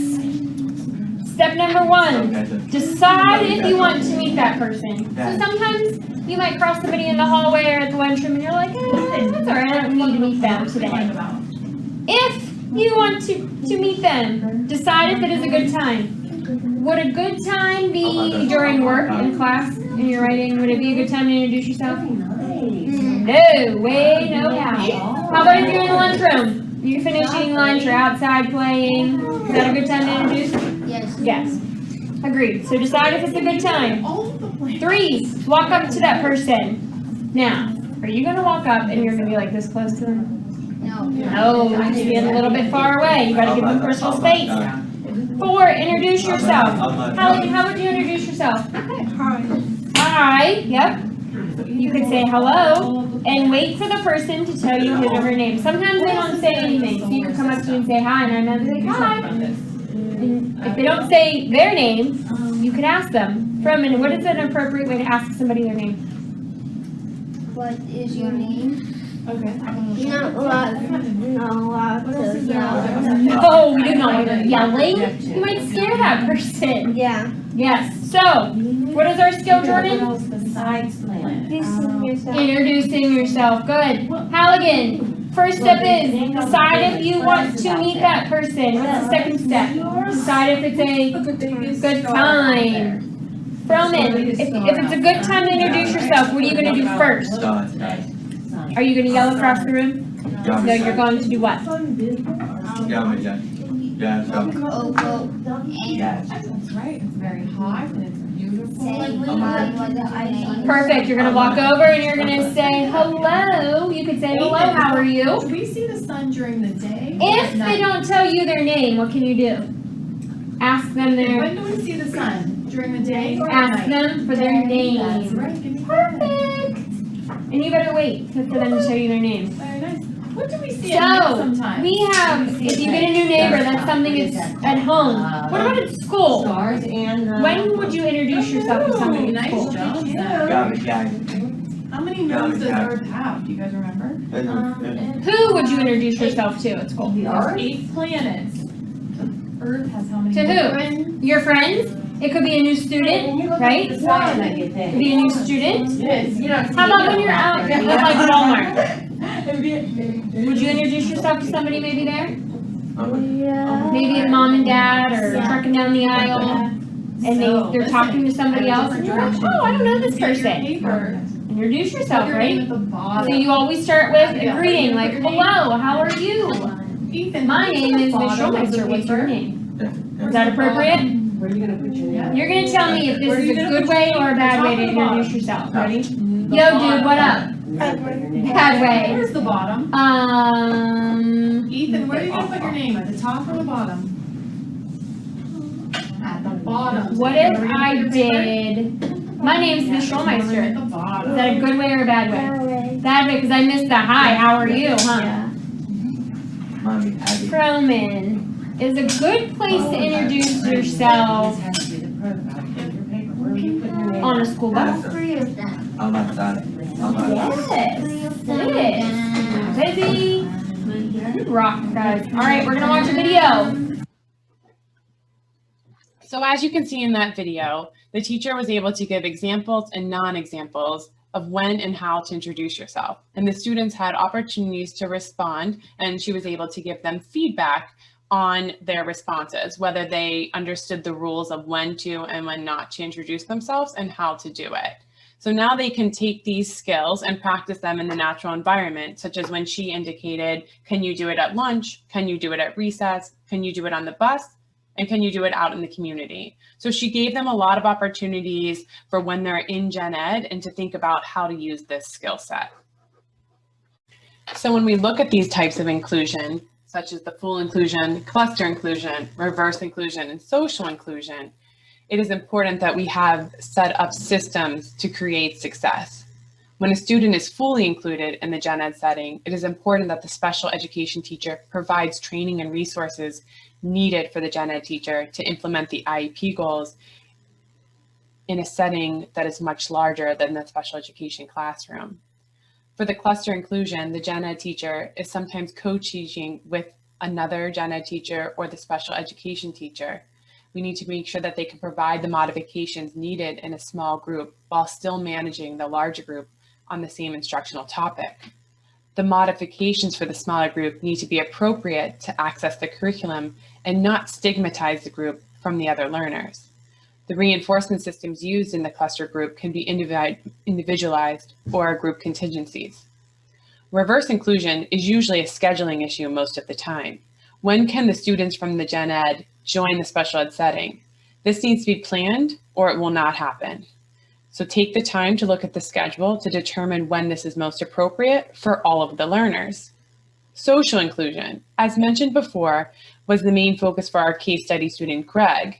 He was ready for a more inclusive environment. He was motivated to be with his peers, but he needed to learn the prerequisite skills in order to be with the others in the gen ed setting. So the members of the team had to meet and collaborate to come up with a plan to create success for Gregory.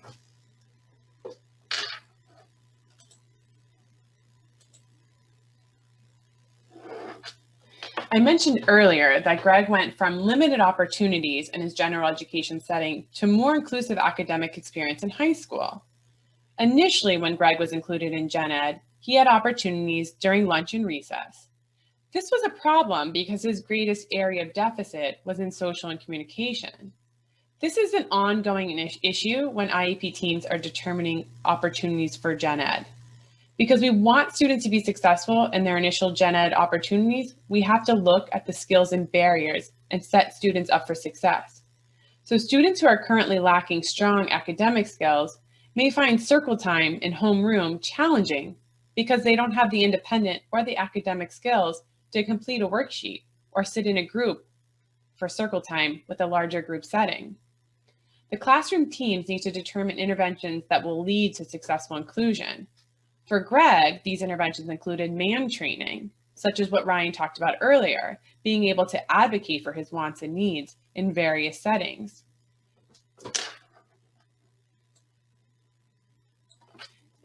He had to learn to advocate beyond just being at lunch and recess. He needed to learn how to advocate for himself in the gen ed classrooms as well, for something as simple as the pencil, the notebook, the folder.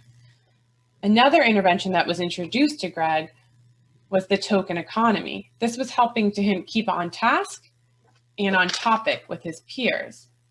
As Greg became more fluent in his Manning program and his language development, he started the skill streaming program that I showed earlier for introducing yourself. We'll take another look at Greg doing a skill streaming lesson about having a conversation. This was helping him set up for success for the lunch and recess opportunities, as well as other opportunities in the gen ed setting. Greg started making progress in his social skills through skill streaming and man programming. The team was using reading mastery, connecting math concepts for direct instruction curriculum to help build his core academic skills. Ryan talked about intensive teaching and man training earlier. At a basic level, Greg needed man training to advocate for his needs in the context of the natural environment. He also needed help using these skills for leisure and pre-vocational skills. Here's an example of Greg putting a trash bag into a trash can and the potential problem solving that needed to occur at the man training level for his instructional level.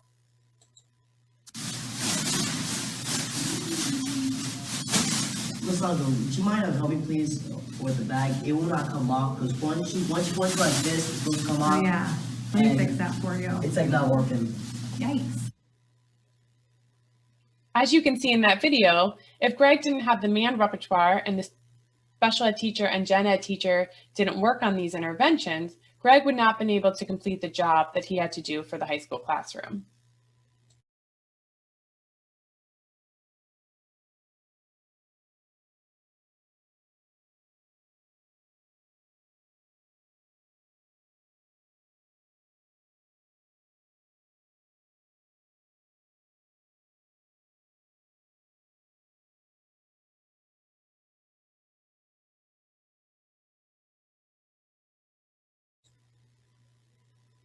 Many of our students, like I mentioned for Greg, will require direct instruction as they get closer and closer to being able to participate in large group settings in gen ed, as Greg did.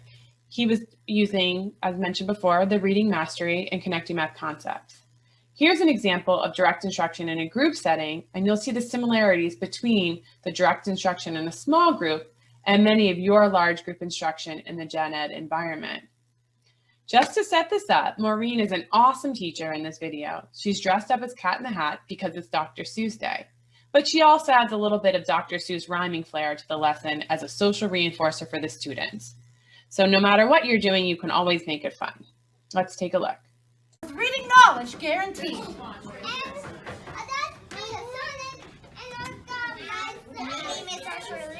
Miss Archer's gone. She won't be back. Maybe he's sick. Hey, Mom. She went out, and that's a fact. You're stuck with me, the Cat in the Hat. Yeah! I like that. Here we go, everybody. From the top. Follow my finger. You're such a big guy. What is it? Popcorn. Jose Lama. Nice. Hunter. Everybody. Point to the flower. Nice. Hunter. Jose. Everybody. What is it? Popcorn. That wasn't half bad, I have to say. I like reading with you today. So as you could see in that video, Maureen was able to provide individual responses and group responses, and her students were able to respond independently without having to become prompt dependent on an additional staff member. We're hoping these skills will then transfer into the gen ed setting when a teacher is running large group reading curriculum. One of Greg's other biggest challenges that we talked about earlier was social skills. We looked at one clip of social skills earlier, introducing yourself. Now we're going to take a look at starting a conversation. This lesson includes the lesson introduction, role play, and feedback from the students. Let's take a look at the first part of the lesson. Having a conversation. The first thing you do when you have a conversation is you say what you want to say. What do? Say what you want to say. Very good. And then you're going to ask the other person what he or she thinks. What are you going to do? Ask the other person what she or he thinks. Good, good. And then you're going to listen to what the other person says. What are you going to do? Listen to what the other person says. Good. And how can we show them that we're listening? Ears and eyes with eye contact. Eye contact. Good. What else? Nod. Good. Nod. Good. Nod and say Very nice. And where should you be facing? The teacher. The teacher. Or whoever's talking. Whoever is talking. Yeah, you're gonna face whoever's talking. You wouldn't want to do this, right? No. I don't talk to you guys like this, right? No. I face you and I make eye contact, and when you're talking, I nod my head and I say, very good. All right, so after you listen, then you're going to say what you think. What are you going to do? Say what you think. Very nice. And then after you say what you wanted to say, you're going to make a closing remark. What are you going to do? Closing remark. Good. And what's a closing remark? Have a good day. Have a good day. Have a good day. You can Have a good evening. Have a good evening. Wave. Goodbye. Yeah. Very nice. I think you guys are ready to practice. So you got to see in that video example the rules that are related to having a conversation. Because this is Greg's biggest challenge, this lesson was so important to him because it was going to allow for more opportunities with his peers in various settings once he became successful in this topic. Let's take a look at the role play. You guys have a conversation, and I want you to remember to listen to each other and ask questions. Okay? So Gregory, why don't you start a conversation, have a conversation with Maddie? Hi, Maddie. How are you? Nice to meet you, Greg. Good to meet you too, Maddie. So are you doing anything fun this summer? Yes. What are you gonna do? I'm gonna go to Disney World, Okay, and it's gonna be fun. that's nice. I'm going to London, and I'm gonna take a trip to Paris, do it, and spend the night there. And I'm gonna take a train back to London, stay at my uncle, my aunt's, my cousin's house, and yeah, it's gonna be a long trip. That's exciting. Oh, did you hear about good news? We're gonna get our yearbooks here shortly, That's nice. which I have no idea when, but they'll come out. And are you excited for Applebee's this Friday? Uh-huh. I'm gonna get myself like a big giant hamburger and I'm gonna eat it all. How about you? Yes. That's good. Hey, it was so nice to meet you. Thank you so much for talking. So as you could see in that role play, Greg put into action the rules that the teacher reviewed beforehand when engaging in a conversation with his peer. Let's check out the feedback. Talk about the conversation that you just had, okay? And Jess, you can kind of be a teacher too, okay? And we're gonna give them a grade, okay? So let's go through. Did both of you say what you want to say, yes or no? Yes. Yes. Do you think they did? I think they did. You both talked about, you talked about Disney, you talked about your trip this summer to London, right? Yeah. And you guys went back and forth. That was good. Did you ask the other person what he or she thinks? Yeah. There was a little bit of that. Now you could have asked Greg a little more, right? A little more things you could have asked him, I think. But you guys did go back and forth, which was good. Oh. My favorite part was the next one. Listen to what the other person says. Were you guys listening to each other? Yep. Yeah, Jess, how did you tell that they were listening to each other? They was I looking at each other. Yeah, they made eye contact. What else? Maddie did something really great the whole time when Greg was talking. Nod her head. She was nodding her head, which was so good. You could tell she was really listening to you, right? Yep. Oh yeah. That was so good. Did you both say what you wanted? Yeah. And then did you have a closing remark? Yep. Yeah. What was your closing remark? It was so nice to meet you. It was so nice meeting you. Nice to meet you. Was our handshake? Yep. Yeah. So that was perfect. You guys did a really good job. Thank you. I'm impressed. What do you give them, Jess? You give them an applause? Well, I think they all got an A on that lesson. It was great to see the feedback that was given because it was direct and clear. The students were able to identify what it was that they did throughout the lesson, and the teacher was able to provide specific feedback on the rules that she had provided them. What's great to see is previous lessons, Greg had mastered areas related to listening, and so he was able to implement that in the following part of having the conversation. So he's able to build upon these social skills. And so now when he joins for unified sports and clubs and lunch and recess, it goes beyond just him having a one-way conversation, because that's how it was starting. Greg was talking to everyone, but not really having a conversation. And so it was kind of making his peer relationships difficult. So this skill streaming curriculum has been a great intervention for his success with his peers during inclusion. Here are the data sheets that correspond with the lesson that you guys just observed. The one to the left is looking at Greg using some self-monitoring skills and evaluating his own success during the lessons and how he can implement it in other settings. And to the right, you see the list of various lessons that have been mastered and the future lessons that they're going to work on. When it's colored in, it indicates that it was mastered in the training column here. And then when the teacher observes it in the natural environment in Gen Ed for his opportunities inclusion, it is then colored in into this column. So there's a measurement for training in special ed and a measurement for training, a measurement for generalization in Gen Ed. To this point, we've looked at special education classrooms, including examples of instruction that directly teach verbal skills, social skills, and academic skills that will benefit the student in the general education environment. What's been talked about in the special education environment, the principles of the effective practices we discussed, are going to be represented in this section as well. Effective inclusive practices in the general education setting. Remember that inclusion is not entirely about a place. It's about instruction and how that instruction is provided to meet the needs of each student. This section is really a collection of examples of some common challenges and pitfalls that can arise as students spend more time in inclusive settings, using those inclusive models Jolynn just discussed. We hope and work for students to learn the skills they need to be able to spend time in the general education setting meaningfully without any adaptations. This includes specials, social activities, assemblies, and of course, the other subjects and curricula students in their grade receive.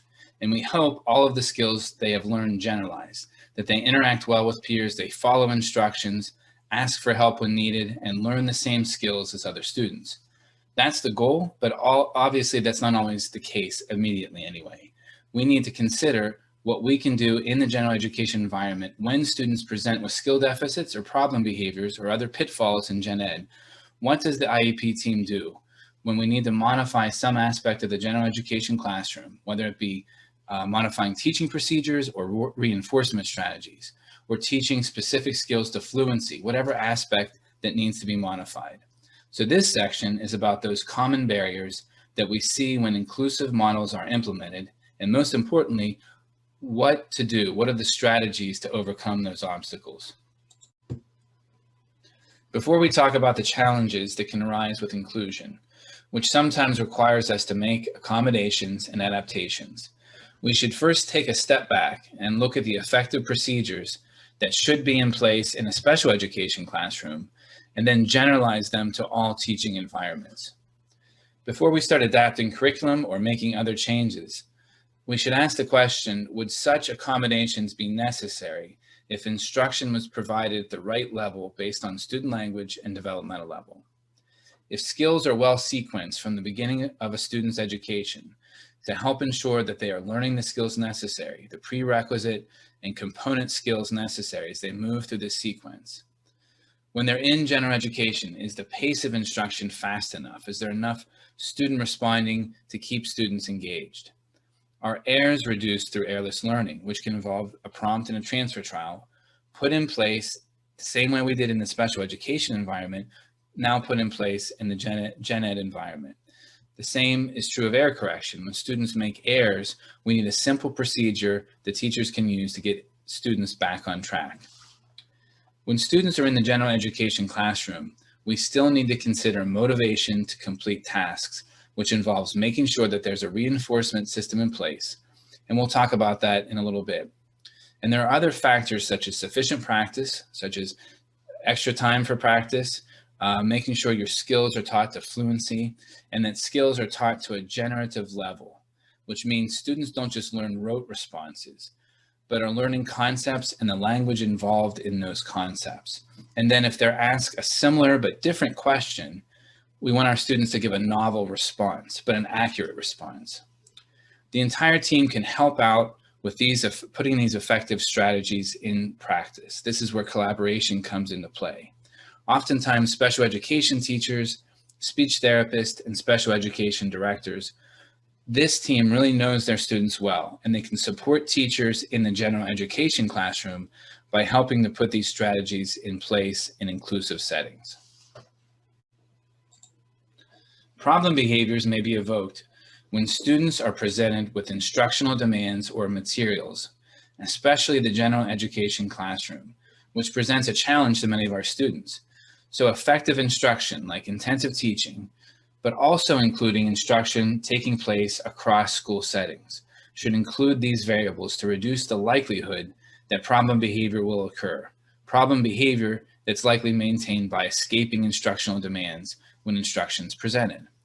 Many of these variables that are listed on this slide have already been discussed in this presentation in some way. All of these variables are typically present during intensive teaching or other structured interventions in the special education classroom, and they're all evidence-based. All are effective to reduce problem behavior as an antecedent intervention for students with autism spectrum disorder by reducing their motivation to escape before problem behavior even occurs. Some additional things to consider when developing instructional control with students in the gen ed setting. These interventions only work if teachers control access to reinforcers. So in the special education setting, I showed you what reinforcer bins look like, and those are done so that students don't have free access to toys or favorite things in that classroom, so they can be used to reinforce student behavior.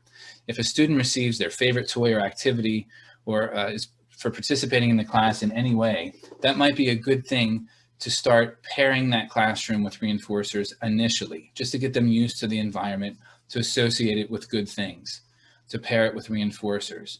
But over time, at some point, you need to fade in demands, and then those reinforcers or planned rewards should be contingent on small steps towards participation. And that's when those reinforcers are delivered. Even if those steps are modified small steps initially, it allows students to demonstrate a behavior similar to their peers and receive reinforcement following those behaviors. Also, related to reinforcers in the gen ed classroom, it could be very helpful to condition the teacher as the source of reinforcers if the gen ed teacher gives the student the reward, whether it's praise, a sticker, a toy, or whatever is the known valuable reinforcer that can be used in that classroom. It's helpful to set this up so that the classroom teacher delivers the reinforcer. It will make it more likely the teacher is conditioned as a reinforcer. Sometimes students receive reinforcers non-socially from other staff, or potentially get reinforcers on their own. But initially, it would be really beneficial for the teacher to deliver that reinforcer and deliver it with specific praise about what the student did to earn that reward.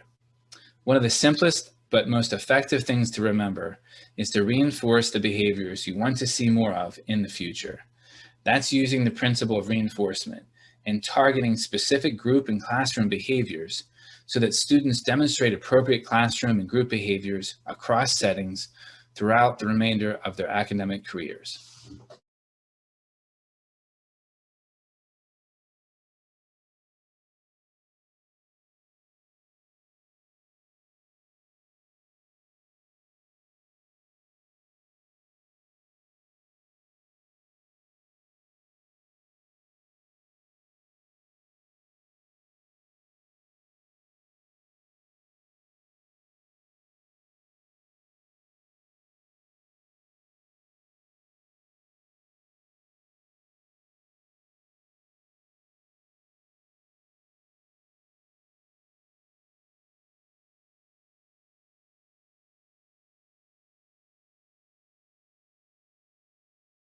One of the most common challenges we see involves language skills and verbal deficits. Again, all academic skills, all instruction is built upon verbal skills.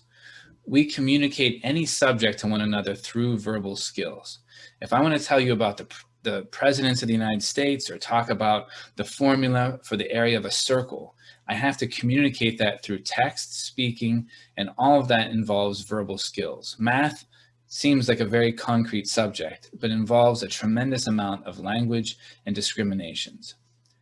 If students demonstrate significant deficits in the verbal skills related to instruction, there'll either need to be accommodations to the curriculum so that students can participate meaningfully, and or continue to work on increasing verbal skills through verbal behavior programming and teaching procedures like IT and MAN training, which I talked about earlier. Our hope is to target verbal skills and listener responses and social skills early on to stack the deck in the students' favor as they move to more and more general education settings. That's why verbal responding and verbal behavior programming is actually the foundation for less restrictive environments. As you saw from the earlier instructional videos, students are moving from one-on-one and small group instruction to larger group setting as they spend more and more time in gen ed. Problems with group lessons could be related to skill deficits, attending to the teacher, prompt dependency, really a number of other issues. But common goals for group instruction would be that first, the student can respond chorally with the entire class. And that's why it's really helpful if teachers use clear hand signals when the teachers should respond and when they shouldn't, as you saw in the direct instruction videos and some of the videos that follow here. Students should be able to respond individually when it's their turn, while waiting for others when it's not their turn, which is just as important. Those skills sometimes need to be taught explicitly, and again, those skills are often taught in the special education classroom through direct instruction and group instruction practice. Also, attending to the lead instructor is a key goal, maintaining attending behavior, which includes a student staying in their seat, keeping their feet on the floor as much as possible, and orienting to the lead instructor as she or he talks. During group reward periods or free time, students need to demonstrate appropriate behavior as well, which involves social skills, such as being unobtrusive as possible. The reinforcement for these behaviors ideally would be the same reinforcers as other students receive: verbal praise, grades, group rewards. But many students will need their current reinforcement systems when starting in the gen ed setting, with those systems being faded over time.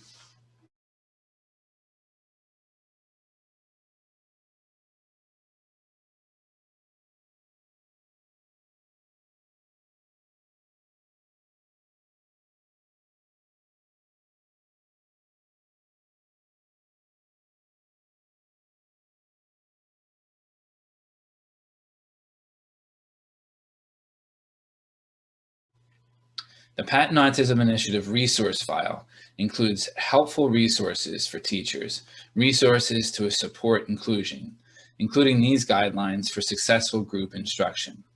Here are some highlights of a document the initiative put together, but more details are in the Patent Autism Initiative resource file, along with data collection tools, examples of instruction, wall cues, and many other resources. Also, a colleague of ours, Kristen Hewitt, is presenting specifically on group instruction at the National Autism Conference this week. So that's a tremendous resource to check out this week and get even more information and examples about how to structure a group lesson. This information here should be a good starting point for that group lesson. First, students should be actively engaged in responding frequently during instruction. We've talked a lot about that during this presentation already, and the idea is that downtime will only make it more likely that students will not be attending and they may engage in problem behaviors during that time. When presenting instruction, the teacher should have clear targets for each student, and that might be in a group and maybe for individual students within the group, and that's going to make it clear to staff, other staff potentially who are supporting students, what behavior should be reinforced, and it should be clear to students what the teacher is expecting. Teachers should plan on gradually increasing group time. Students should be expected to participate in a short amount of time, maybe just a few minutes initially, and then gradually increase that time that they're spending in a large group setting. Remember, many included students haven't been spending a tremendous amount of time participating in group instruction. It's a whole set of skills to participate and be patient and to sit and attend in this group setting. So gradually increasing the time should help students be successful early on. And they will get there if we fade this in rather than throwing them in there for a 45-minute group lesson. And maybe they hate it and they struggle, and then we see problem behavior. That's what we want to avoid. So starting with a small amount of time and fading it in is typically the best recommendation. Intensive teaching utilizes 80% easy or known trials for practice and maintenance, and also to reduce the likelihood that a student will become frustrated with the amount of target skills that are being presented. So it's really helpful for gen ed teachers to do the same thing, to embed lots of opportunities for easy responses into their instruction. This is an area where special education teachers are especially helpful because they assess and set up those types of programs in the special education environment. So they can support gen ed teachers and let them know specifically what those skills are and generally what type of skills the student should be able to do as an easy or a mastered skill. You want to choose target skills carefully. The team should make sure that the lesson is relevant and appropriate to the student's instructional level, and that can be very challenging for gen ed teachers when they're presenting to a large group. And of course, accommodations and adaptations have to be made. But you want to look at the items the student has mastered looking at assessments like the VB map, and the team can work on this together to do this, to make sure that everyone who's in that group instruction has clear targets, has easy skills, and the general theme is on their level so that there's an opportunity for them to respond to something that's meaningful for them. If it's not meaningful to them, then the team should probably consider other opportunities for inclusion.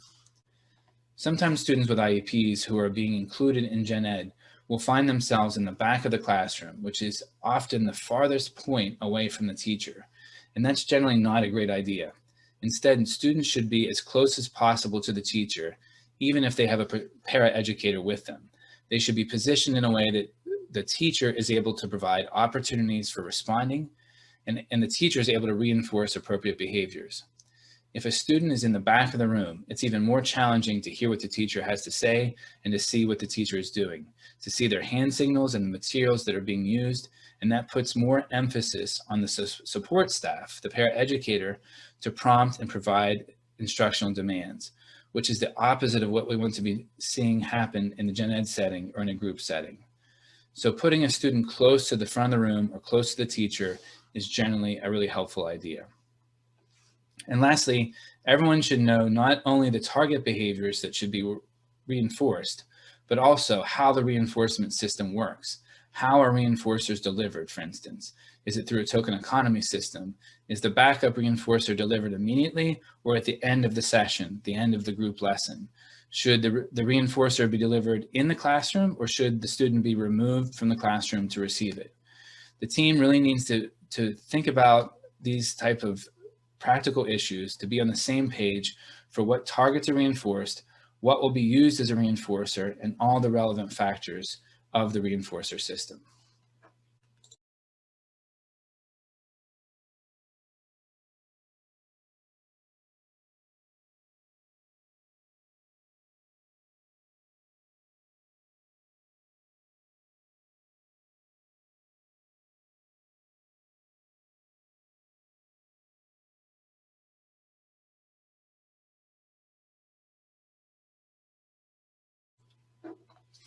Last thing on the topic of group skills. Often students are supported by amazing paraeducators, paraprofessionals, and other staff in the school setting, especially in the general education setting. And that can be really helpful to provide prompts, collect data, and to help their students stay engaged and to stay on task. But we do have a few recommendations about how that can be done to make sure that the student is learning skills in the gen ed setting that will allow them to be more independent in the future, more included in the gen ed classroom. Again, the goal is typically that the student is sitting and engaged in the activity and that their focus should be on the teacher or the materials or the peers that are when they're responding and talking. And of course, they'll be participating in the activity to the greatest extent possible. It's often helpful if the paraprofessionals facilitate that independence by standing or sitting behind the students they're assigned to. They may want to consider sitting diagonally behind the student so they can still see student behavior and observe student behavior, but they're not impeding the student's view of the teacher or teaching materials. Paraeducators should reinforce appropriate behavior as unobtrusively as possible.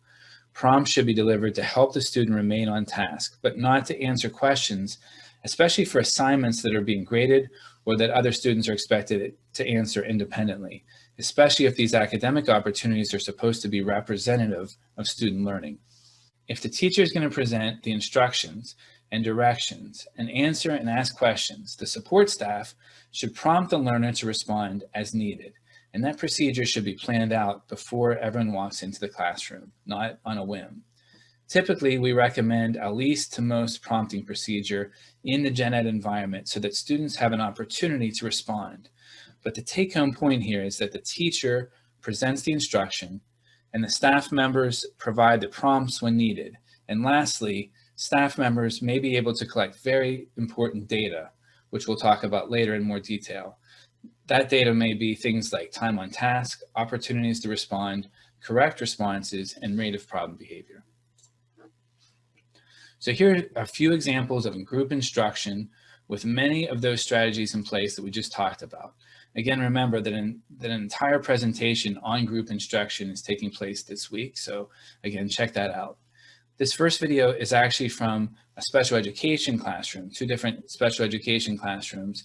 And the teams here are practicing responding as a group and responding individually before the students get a chance to practice that in the gen ed setting. Good job. Everybody stand up. Everybody turn around. Everybody sit down. Nice job, guys. High five. Everybody should be ready. Okay, listen. Everybody do this one. Good job. Turn around. Turn around. Okay. Good. William, did you turn around? Turn around. Together, stand up. Everybody, ready? Turn around. Nice job. Everybody sit down. Everybody do this. Purple, that's right. Tommy, what are these? Boots. Everyone, look. What are these? Boots. What color? Purple. The answer is purple. My turn. Purple. What color? Purple. Very good. This is sitting with ready, Sarah? I'll send it to you. Well, Andrea, get me something red. Give me something red. Go. Get me something red. Red shoes. Red shoes. Not the red apple. Like sitting quietly. Tommy, what is red? Apple. Apple. Everyone, what is red? Apple. Sarah, you missed the cue. Eyes up here. Everyone, what is red? Apple. Apple. Eyes on me. Let's do it. Count on 3. Say apple. 1, 2, 3. Apple. Good. This time, what color? Red. Very nice. And here is an example of circle time in the gen ed setting. I am sitting crisscross fashion, crisscross fashion, crisscross fashion. I am Nathaniel sitting crisscross fashion. Can you sit like me? Positive reinforcement is when something is delivered or occurs after a behavior, and that behavior occurs more often in the future because of that event, that good thing that happened after the behavior. Anything can be a reinforcer. Explicit use of positive reinforcement in the classroom can range from verbal praise to grades, stickers, toys, food, and token economies and group contingencies. And we'll touch on those here briefly. But essentially anything that's appropriate for the classroom setting, that's valuable to the student, something that they really like, that they'll work to earn, can be a potential reinforcer. And special education teams typically already know what functions as a reinforcer for student behavior. It may not be feasible or socially acceptable for students to be receiving a ton of reinforcers during group instruction, which is why token economies can be a helpful way to reinforce behaviors and implement it in a socially valid way. A token economy is a behavior change system, which involves the identification of specific behaviors to be reinforced, some sort of exchange such as tokens or points, and then backup reinforcers, which are purchased with the medium of exchange. Basically, the students exchange their tokens to get the reinforcer or the good thing that they really want. Group contingencies are instructional procedures where the teacher schedules the delivery of reinforcement to a group of students depending upon the performance of one student, sometimes several of the students, and sometimes all the members of the classroom. For example, a teacher may give out points for a group of students responding to questions or working quietly, but if another group of students are engaging in problem behavior, they may not receive points or other reinforcers. Then each group can earn a backup reinforcer after they accrue enough points or tokens. As the general education teacher, you can disperse your included students evenly into your classroom groups and identify certain easy behaviors those students are likely to engage in. So when the team is earning points and maybe one of our included students earn points for a skill that they find easy, the student is more likely to receive reinforcement, not just from the teacher, but also from peers. And then the teacher could also fade in more demands over time, moving from easy skills to closer to the target skills that all the classroom is learning.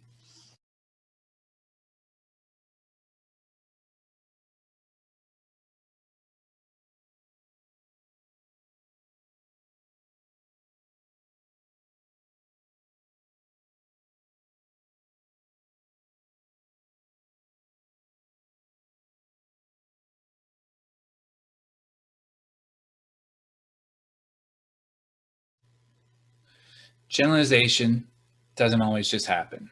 We often have to plan for it, and that's where natural environment teaching provides students opportunities to demonstrate novel responses in more naturalistic teaching environments, such as play, group settings, and group activities and projects.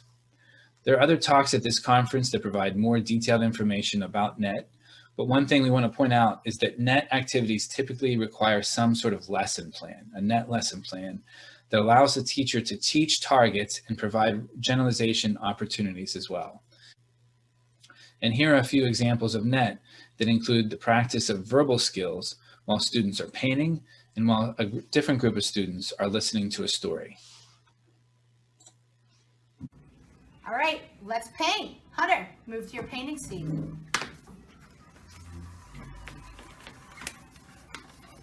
You ready? Ready. Go ahead. Where's getting paint boss? Oh, we didn't get any of our painting stuff out. To the sink, let's go. We have everything we need? No. We don't. We need a bowl, you're right. Bowl. Good, what color's your bowl? Blue. Yeah, you get the blue bowl. Pink. Yay.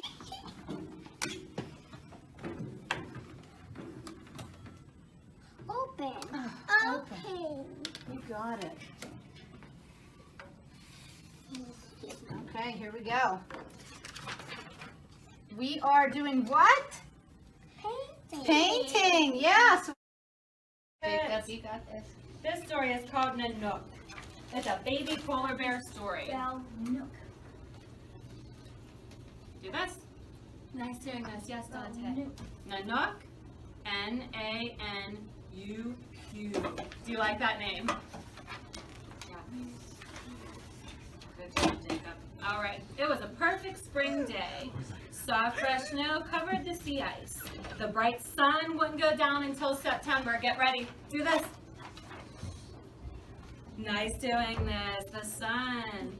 My brother nudged me, trying to get me to wrestle. Suka always wants to wrestle. My mother was busy sniffing at the air. Get ready, Dante, show me sniffing. Nice. Devontae, show me sniffing. Very good. Did it. You did it too, Jacob? You're good, paying attention. I knew she was hungry. We all were. She was trying to find the scent of seals on the wind. Yes, Devontae? What does Nanook mean? Nanook is the name of the polar bear. That's And then so far we know that he also has a brother named Suka. So what are they looking for, Devontae? They're looking for seals. Seals, nice job. My mother started walking and we followed her. Sometimes we hone in on academic skills and language skills and forget that activities of daily living and self-help skills like toileting are critical behavior cusps. They are behavior cusps because learning these functional skills opens up doors and opportunities for reinforcement, opportunities for social engagement that would not otherwise be available without these skills. If a student is toilet trained, for example, they can attend more daycares, preschools, community activities, camps, and participate in a wider range of social activities with peers. Specific teaching procedures for toilet training and activities of daily living are presented in detail in other talks at this conference.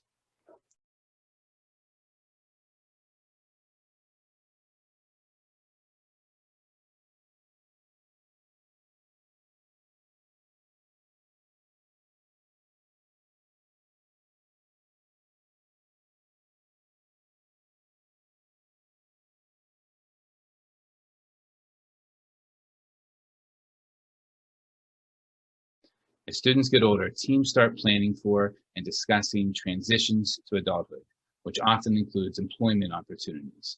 Teams start to work on the vocational skills and the related verbal skills so that students can be successful beyond high school. This transition planning is a collaboration of the entire IEP team. So here we show some examples of students who are participating in vocational programs within their high school and benefit from the social interactions they receive in their community and with their classmates. The first video is of Curtis. He's doing some work at the La Quinta Hotel. He and a few students tear down the breakfast bar, they replace food and beverages, and they clean up the kitchen and the dining room. And it's a really cool experience for them.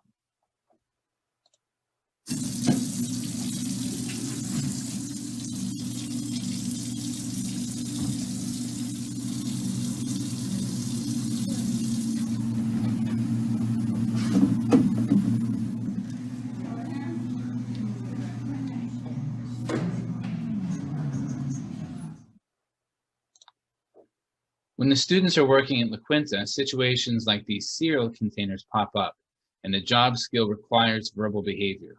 In this case, a label or a tact of the adjective is necessary, basically whether the containers are full or empty. That's the discrimination students need to make in the real world.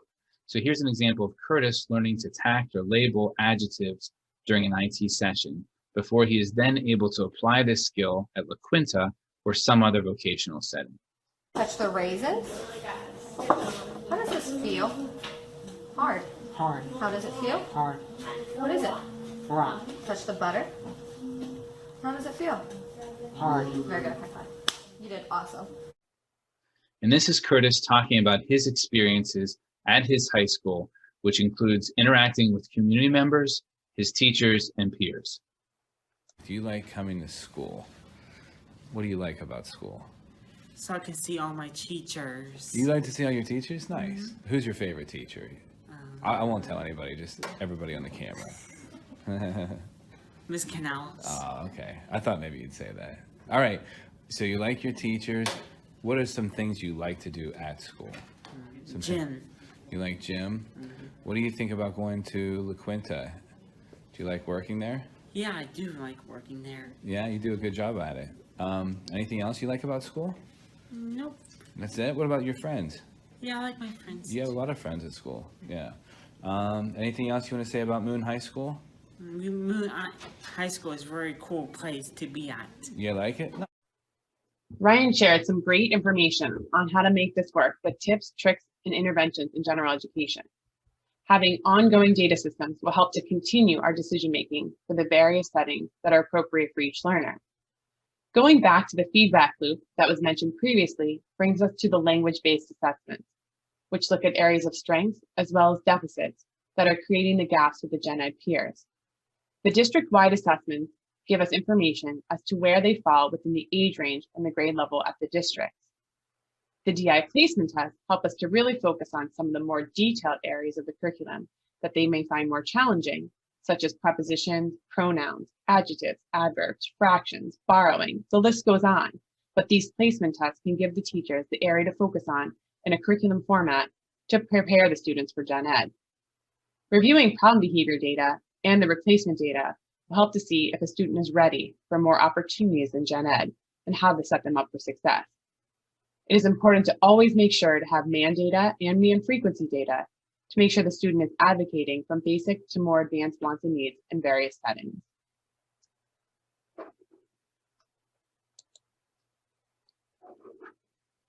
If students can't perform the initial routines in the classroom, then joining for more complex skills related to math, reading, social studies, and science are no longer the priority. Students need to be independent when entering a classroom and following basic routines. This chart here will show classroom staff what to focus in on. Can the student enter the classroom appropriately, locate their seat, sit in the assigned location, wait for the teacher to provide the instruction with no problem behavior, appropriately manage their materials, greet their peers, attend to the lead instructor. All of this can be tracked with a data system on this task analysis, which will then guide the special ed teacher and the paraeducator on the expectations, prompting, and prompt fading procedures needed to build independence for the learner in the Gen Ed classroom. Communication and collaboration. As mentioned earlier, communication and collaboration are critical. It takes a village to educate each student, with the various members on the IEP team providing instruction to each learner. If communication is not occurring, it will create more barriers to making progress for the learners. The collaboration needs to be data-driven and focused. I will show you some tools that can make this more manageable.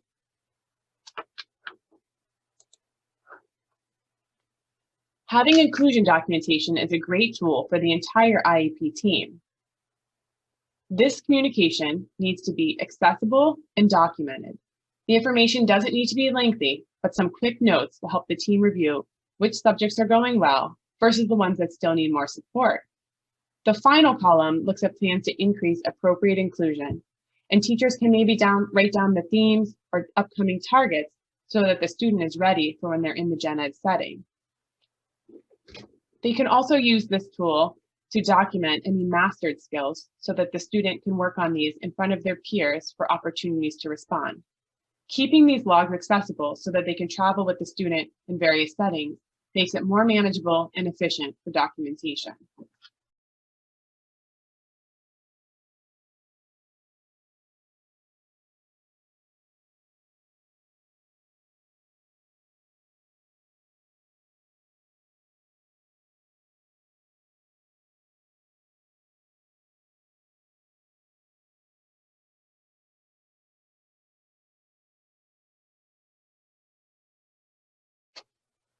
This next data sheet is a tool that can be used by the paraeducator or support staff during large or small group instruction to measure the key elements of passive versus active instruction. We want to make sure that our students are actively engaged with the lead instructor. This can be done across different classroom settings, and the data can be compared to see where the student is most successful and where the student needs more prerequisite training in the special education classroom. When you look at this grid, a paraeducator or support staff can look at momentary time sampling and collect data at the end of each minute by determining if the student is actively engaged, which means they're listening and responding to the lead instructor, passively engaged, where they are looking to the lead instructor in the ready position that Ryan mentioned earlier with ready hands and in their chair with their feet down. And then lastly, active off task and passive off task would look at problem behavior that could be occurring in the Gen Ed setting.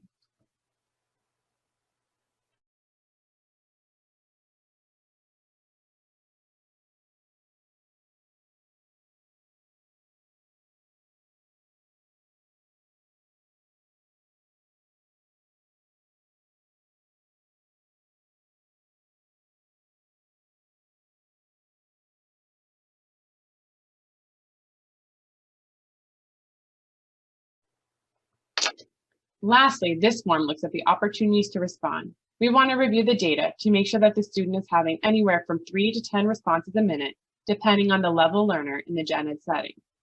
We want to look at if they are doing individual or group responses. Because remember, It is not about just being in the classroom. It's more about the measurement of active engagement and opportunities to respond.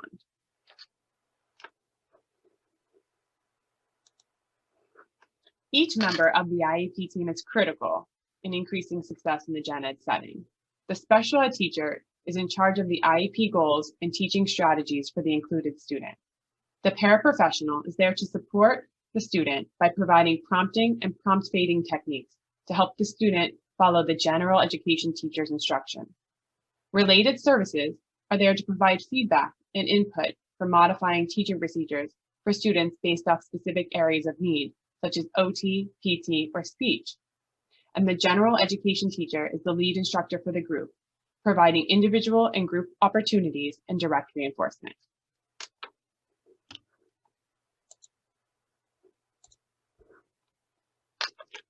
Fred Keller said it best: work steadily and give credit where credit is due. Find good wherever you can in the work of others. No matter whether you agree with their basic positions or not, if you find something good in it, reinforce it.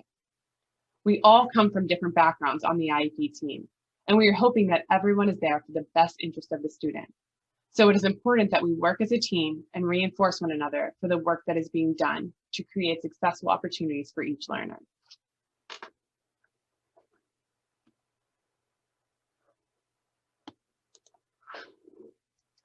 Always remember that collaboration creates opportunities. When special ed teachers and gen ed teachers collaborate, the possibilities are endless. Gen ed teachers can share themes and content with special ed teachers. Then the special ed teachers can break down component skills based off student instructional level and verbal operants and teach these skills in a discrete trial format. Both the special ed teacher and the gen ed teacher can assess for generalization by collecting natural environment data and inclusion data to see if the skills are transferring. Students will be more successful when included because they have exposure to concepts in gen ed. Students will contact more reinforcement from teachers, staff, and peers, and students will be less stigmatized and actually be able to reap the intended benefits of inclusion when it's done appropriately.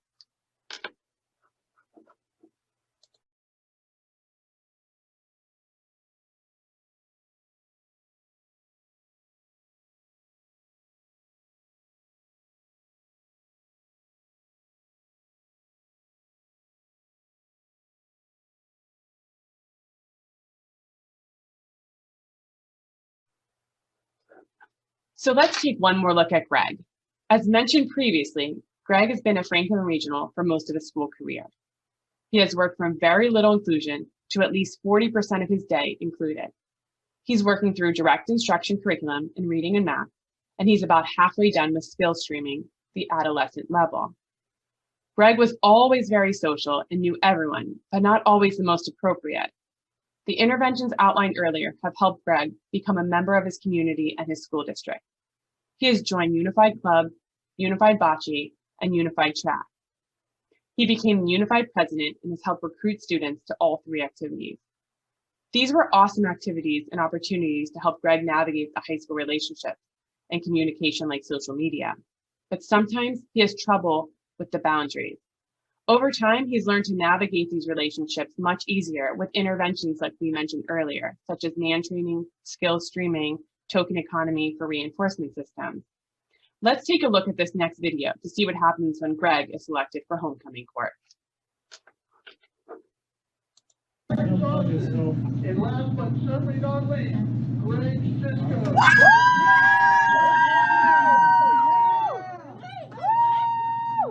Yeah, Greg. Thank you. This is the best day ever.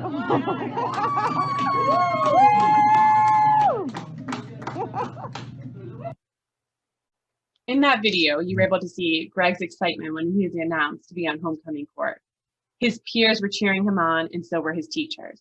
Now let's take a look to see what happens at the homecoming game.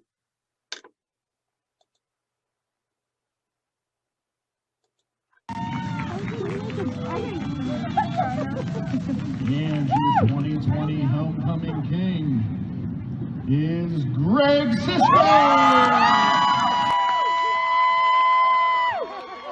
To Sophia and Greg and the entire homecoming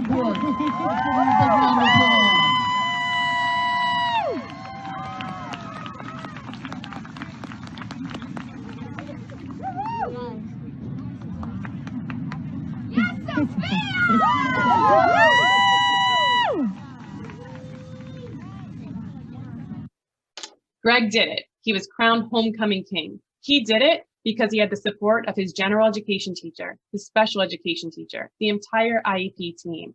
He had interventions, collaboration, assessment, and data systems that got him through his academic years. And now he's part of his community and an inclusive lifestyle. Greg also got his driver's license, and he's enjoyed driving around with his friends from the different unified clubs. He went to every dance that was offered at the high school. He had a totally inclusive group for prom and had a completely inclusive graduation party.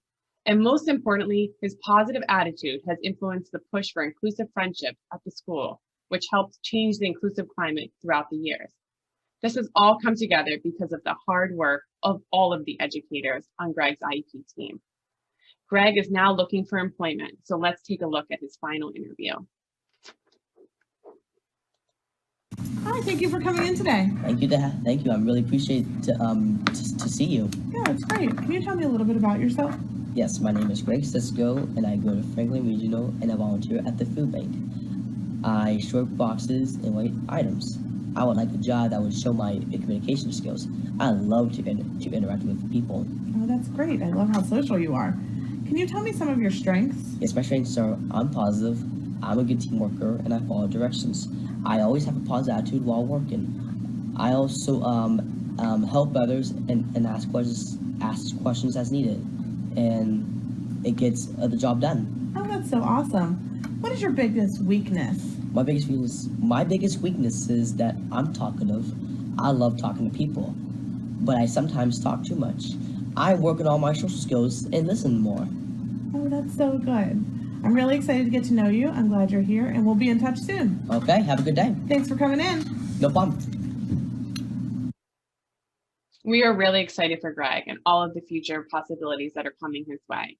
What I really love about that interview is he's able to talk about his strengths, but he's also able to talk about his weaknesses related to the interventions that have helped him get where he is today. He highlighted the need for his social skills streaming lessons and his man training and his ability to listen and stay on task with the use of the token economy. Greg is aware of the interventions that have gotten him where he is today. We couldn't be prouder. Most of the content in this training has been to ensure the rights and maximize students' school day from the perspective of the student in special education. When above considerations are made for our students, they will be more successful, less stigmatized, and be the beneficiary of collaboration between all members of the school. When inclusion is implemented systematically, it will foster a more inclusive school, leading to more patient, accepting community, and lastly, more well-rounded individuals. When these individuals become the future leaders in the world, the possibilities can be endless. Thank you so much for attending this training. We just wanted to share this resource link below that will take you to some of the data systems and videos that we shared throughout the training. If you have any additional questions, we'll see you at the Q&A, and feel free to email us with anything else that may come up. Thanks again for coming. Have a great day.